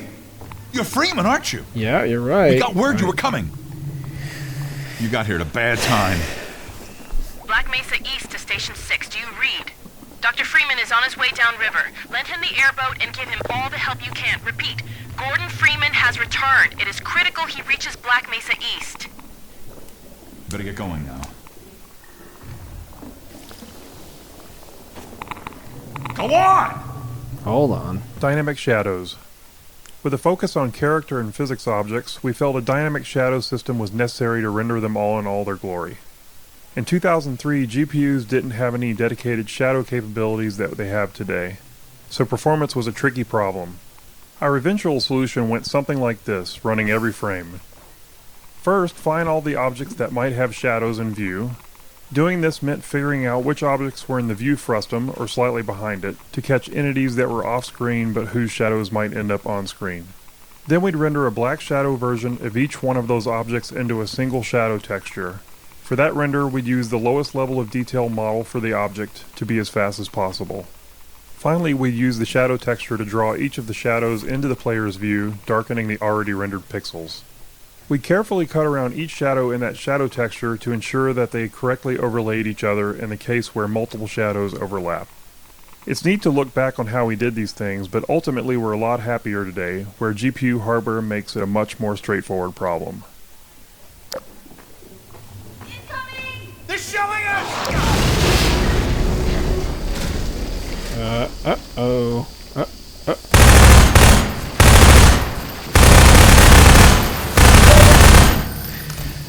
Yeah. Half-Life 1, there were also these things, not these things, but head crabs hiding in the sand near the end of the game. That was a problem. Head crab canisters. Used head crab canisters are seen later in Ravenholm, so we decided to show them here to tell the story of how they are used by the Combine. The story is that the Combine have weaponized Zen fauna to use them against the humans. Burrowed headcrabs was added as a new feature for this section that was expanded into a larger area that is meant to show a citizen shanty that was decimated by the headcrab assault. Headcrabs were the first enemy you encountered in Half-Life 1.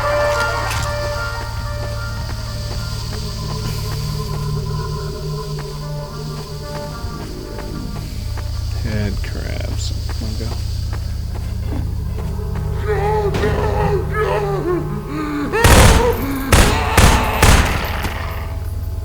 They are horrible creatures. They take people's brains over. It's pretty awful.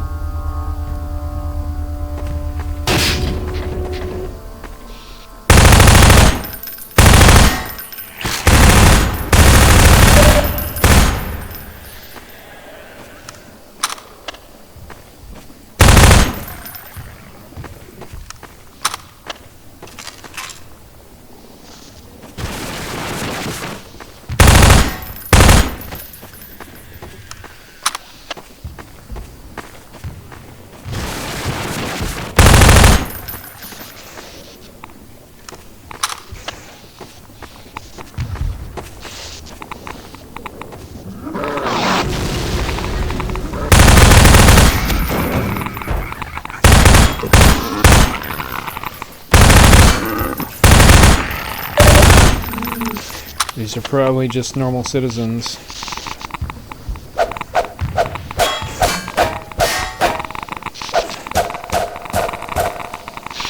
And they were taken over.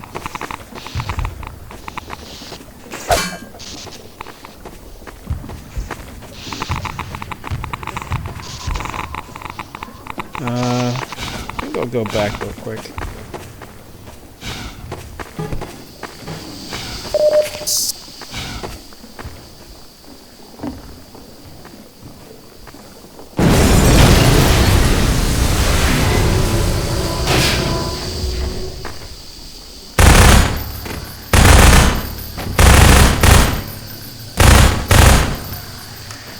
Of course, they wouldn't let me go restock on ammo. Oh well.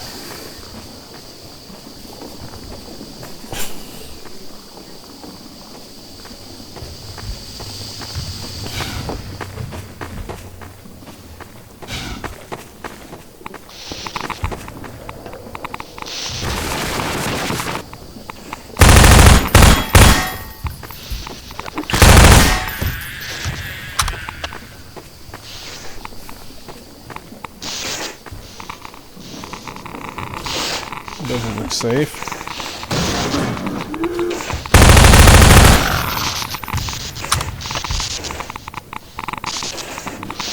At least I can get back over here, but...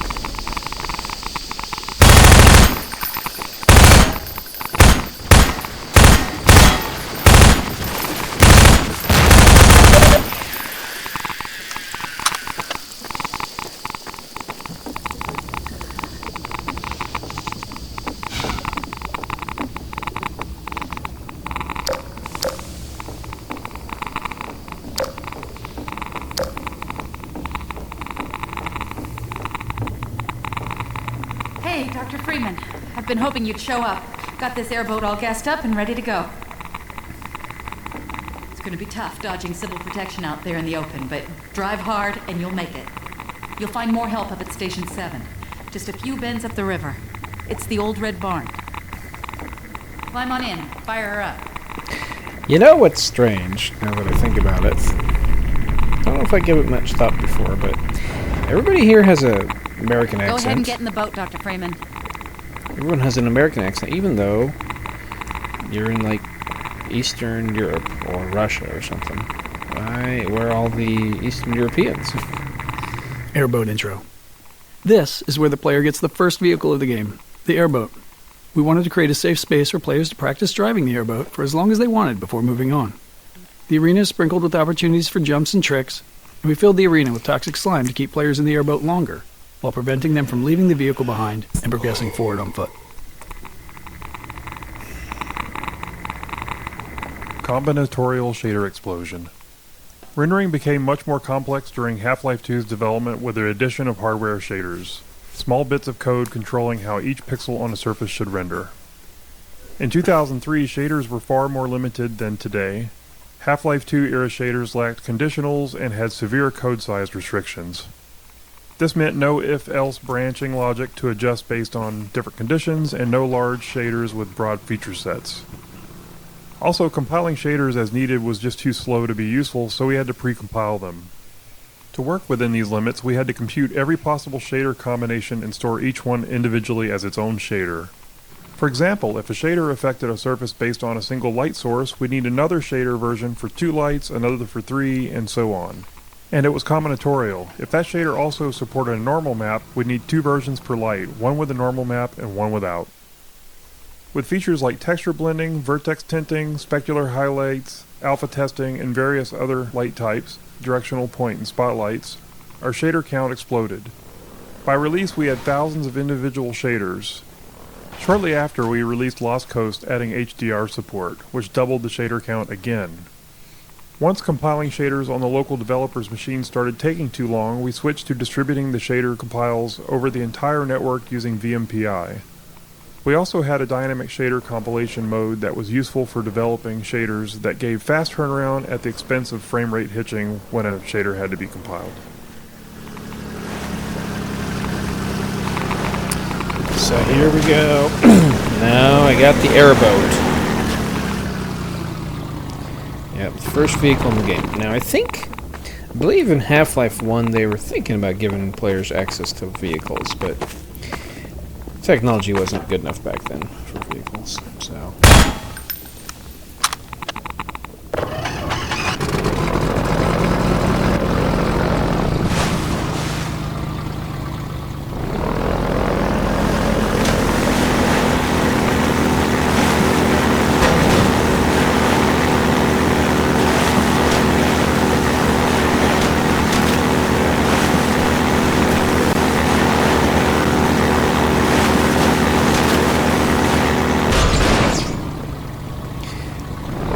Oh yeah, the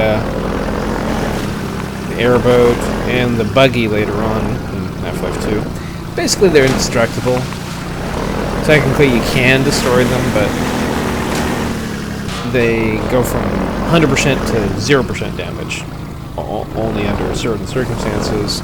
It's not like the player who, you have 97 health and it drops to 50 and then 0 eventually.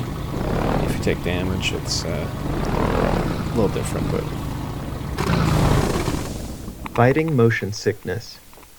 In early playtesting, many players developed motion sickness while driving the airboat. While trying to fix this, we discovered several factors that contributed to it.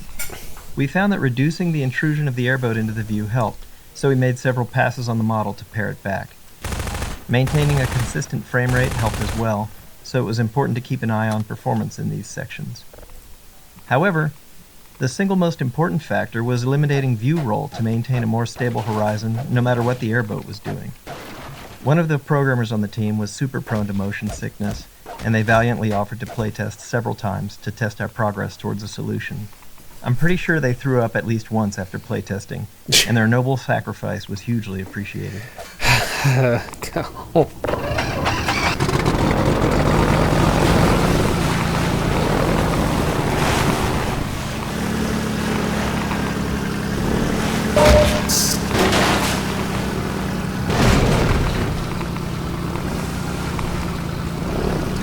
It's pretty cool, but it gets even cooler later.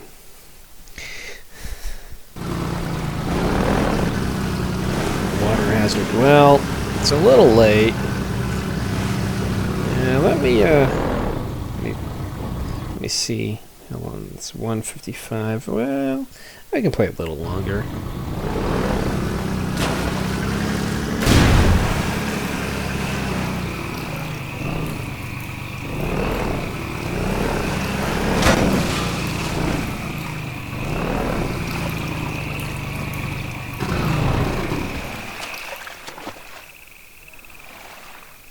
There he is.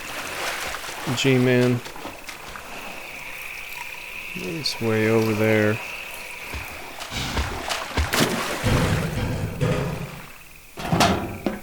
Don't need those.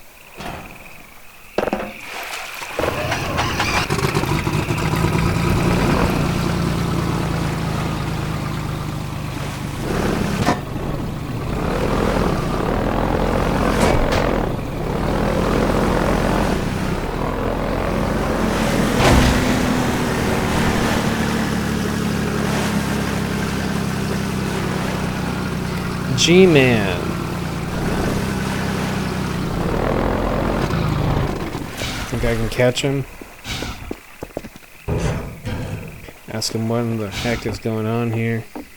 That doesn't look like an achievement. Oh.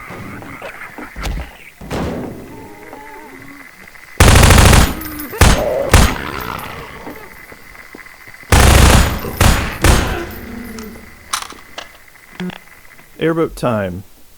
Finding the right balance between vehicle time and time on foot took some work. Driving at full speed propelled players through the world quickly, and in early playtests we felt that players were missing out on exploring and taking in the game's detail. Exploration and world examination are core values of Half-Life, so we didn't want the vehicle to eliminate that. To address this, we added periodic spots where players could get out and explore small pockets of dense detail. Additionally, as the physics system evolved, we were learning new ways to use it. These spots off the airboat let us introduce an element of discovery around physics, like dropping crates into the water or combining barrels to raise a ramp. This gave players a chance to interact with water and physics in different ways.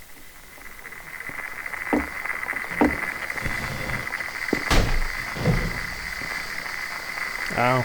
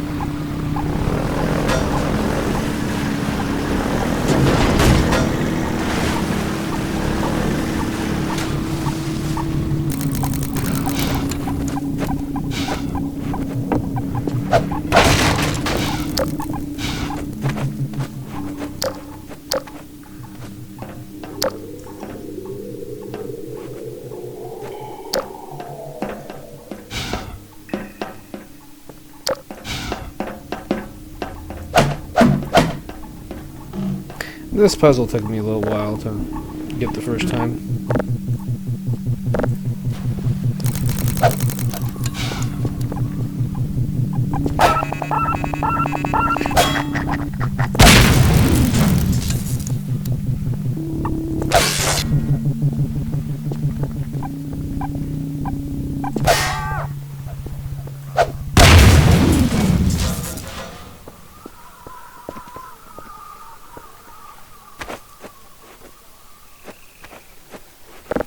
But it's actually relatively simple once you know how to do it. Oh well.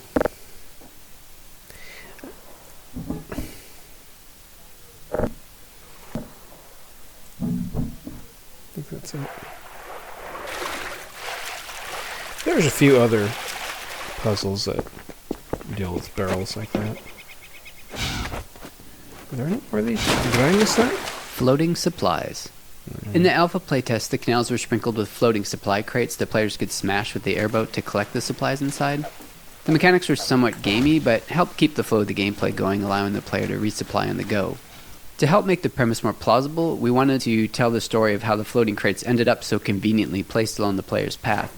This scene of the citizens dropping supply crates helped sell that fiction, while also making the canals feel more alive. It also made players feel more heroic and important to be helped by so many supporting characters.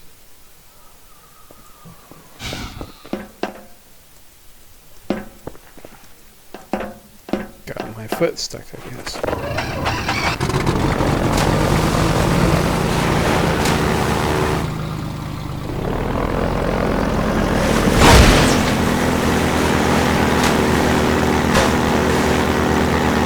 Well, that was fortunate. There's a lot of stuff that kind of unlikely.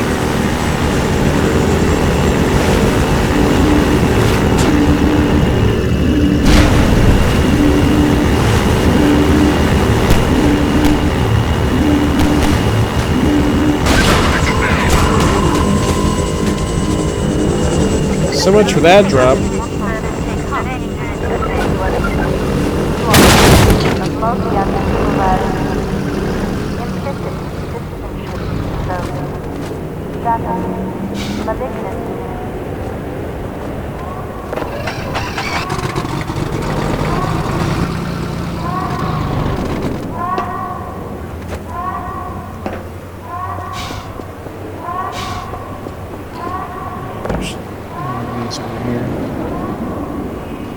See that symbol?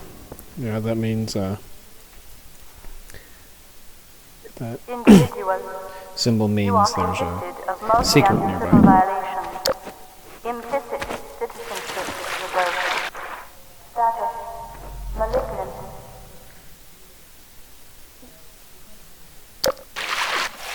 Zombie surprise. There's a little bit of a cheeky jump scare in this sewer pipe. Players wander in here, all focused and curious, and then an underwater zombie pops up, almost always scaring the pants off of playtesters. One fell completely out of their chair, and we marked that moment as a success.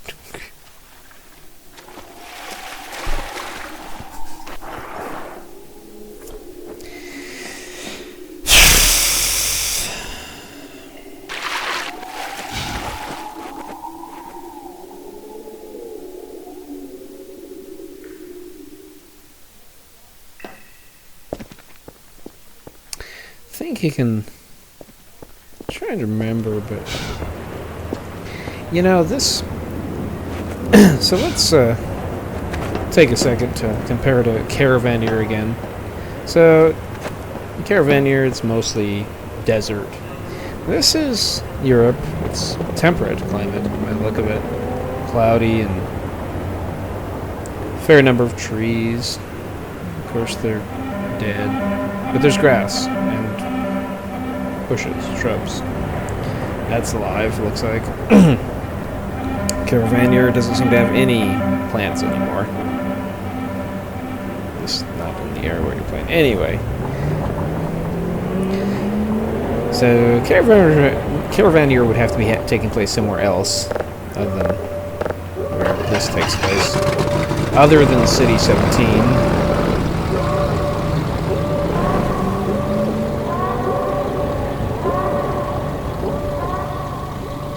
I think that's the G-Man. That shows Breen and the G-Man. Now in effect. Capital prosecution is discretionary.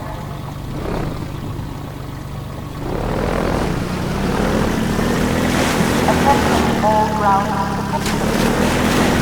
Judgment waiver now in effect.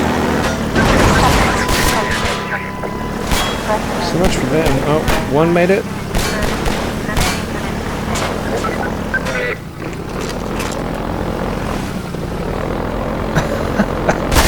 He ducks. Come on, come on, come on.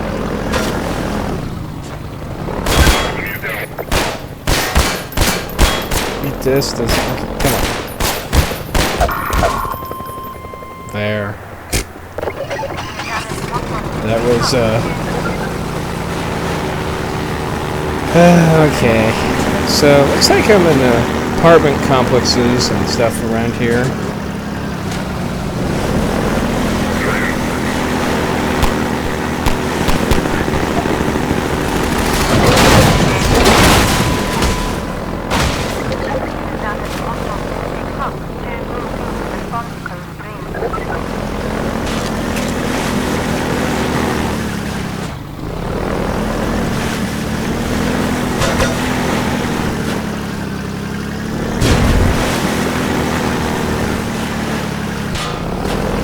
Barnacles.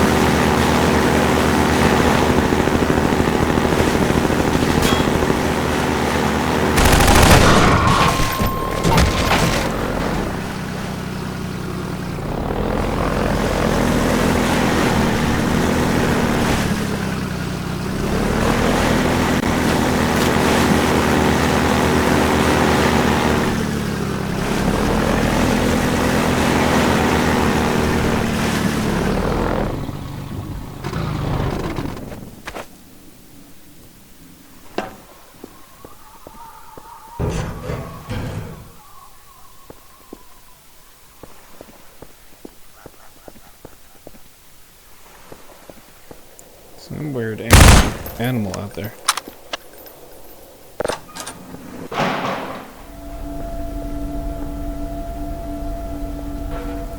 Grenade intro. We conceived of this Combine base as both a training area and a playground for grenades, introducing them here in infinite supply crates to signal that it's safe for players to use grenades freely without fear of running out. Go wild. The Combine encounter here uses extensive markup to direct the soldier AI towards cover and provide good opportunities for players to make use of grenades. At the end of the area, the same infinite grenade technique helps players resolve the turret placement, as a direct assault is a lot more difficult if you don't. A bright red light and a particle trail were added to the grenades, making it significantly easier for players to follow their trajectory, whether they're throwing them or dodging one from a Combine soldier.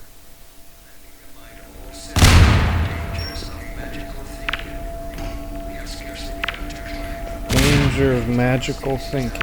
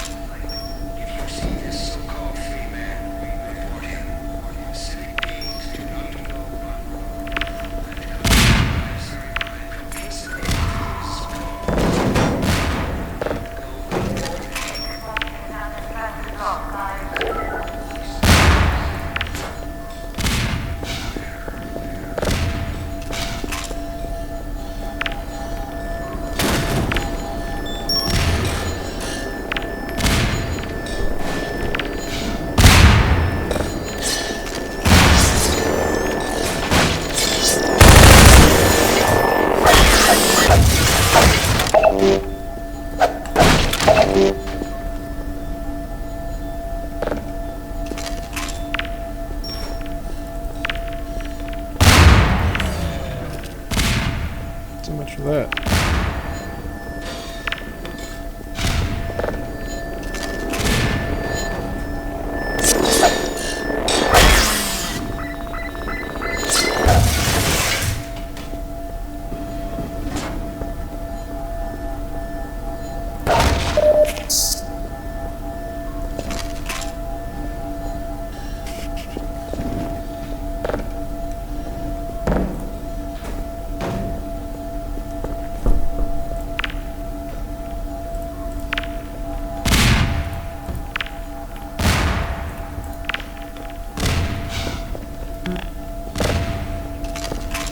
I think you can blow these up too. Yeah.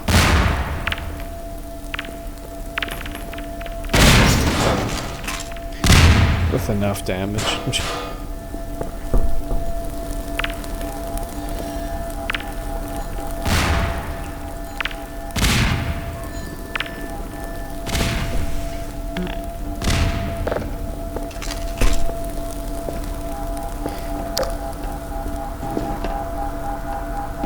air resistance. One important feature we had to add to our physics engine for Half-Life 2 was air resistance. At the time, physics engines would typically implement a general damping feature for slowing objects down as they moved, but this merely removes energy in a symmetric way. In order to create a more believable motion, we decided to simulate air resistance instead. This allowed us to get asymmetric behavior, where the amount the object was slowed by moving through the air was different depending on how much surface area of the object was facing the direction of movement or rotation.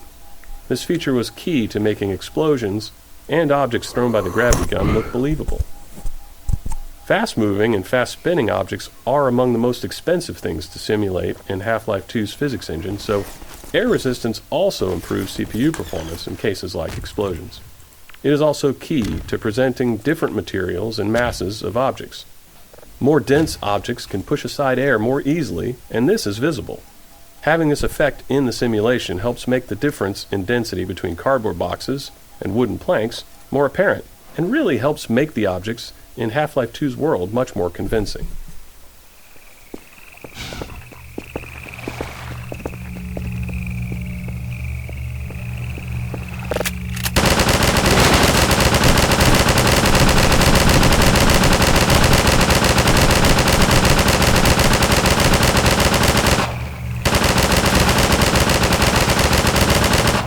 Oh well.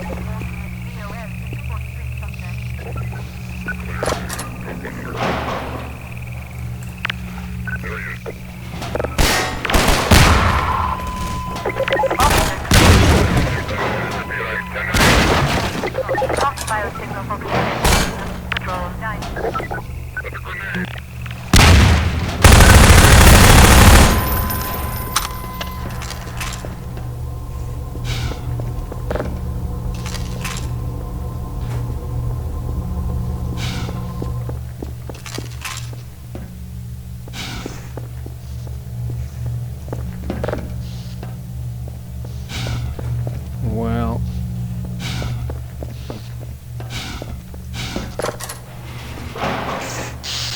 Puzzle layers. Because players are often totally unaware of the designer's intent, which we think is a good thing, they tend to respond in all kinds of surprising ways to our puzzles. Even seemingly simple puzzles can see countless failures along the way to success. That was the case with this puzzle to open the canal gates, which required many layers of hints and cues. The sparking wheel communicates that this is where someone would normally open the gate, but some other method is needed. A few crows draw the player's eye towards the solution, in this case, a bundle of girders on a pendulum.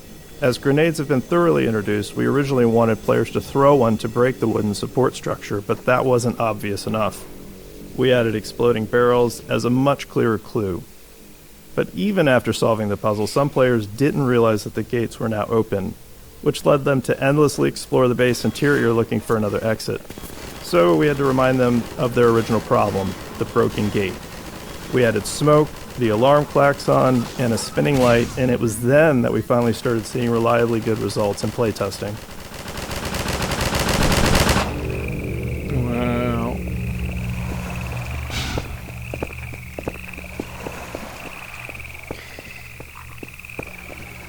Dropship dropped a bunch of people off.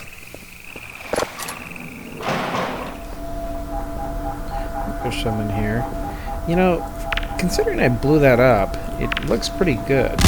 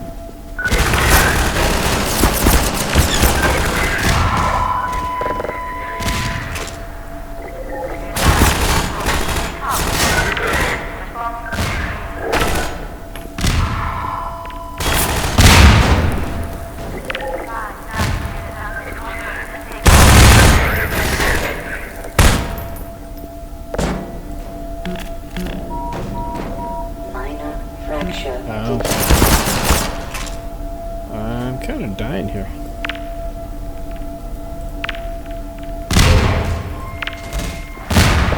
So much for him.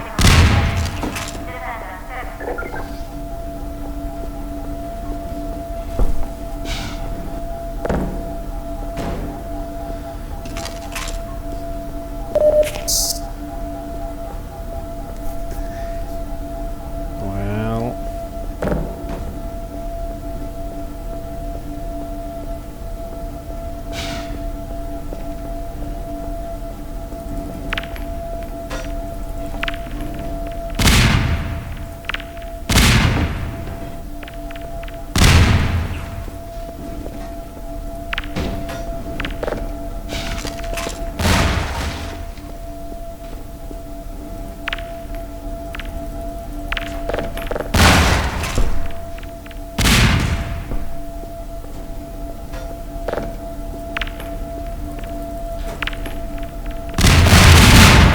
got it.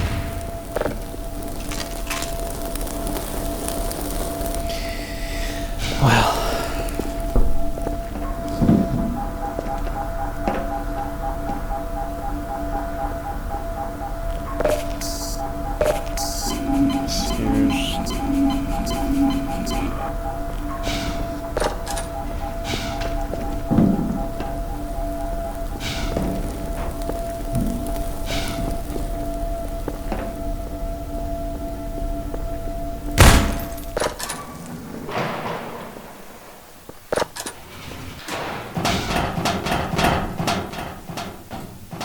Can't get over there, apparently.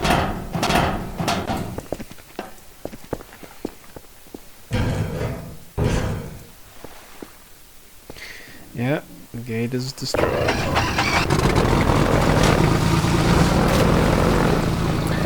Mud Skipper. You're a mud.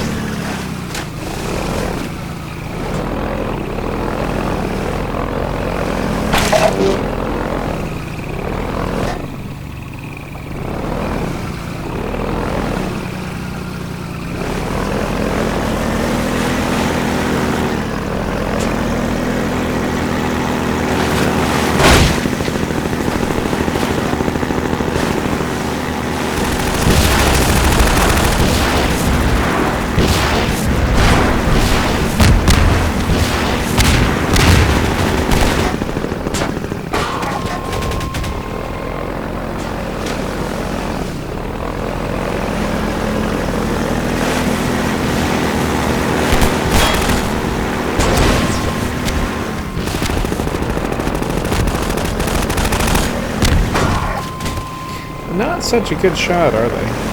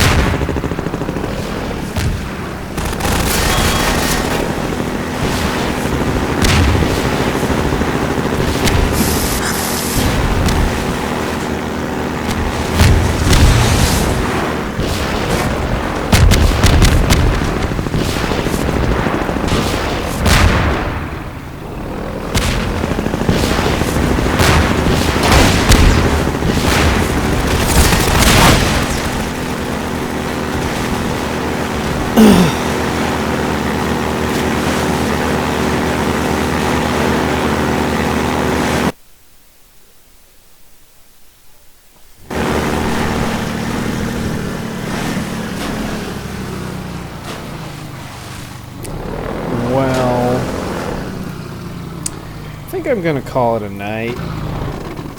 Anyway, it's yeah, let me save it. New save. So it's been fun. Gordon finally got a crowbar, and then he got a couple other guns too, and finally able to defend himself from all the people trying to kill him, except they're all trying to kill him. Seems like it's a good thing he has an HEV suit. Anyway, I hope you enjoyed the video. Please like and subscribe if you did, and you can comment, tell me what you think I did well in the video, or what I didn't do so well, maybe. Probably, I'm not a speedrunner, exactly. I have speedrun some games, but not, I haven't put up any videos of, maybe someday I'll do something like that. Anyway, thank you for watching, and have a good night.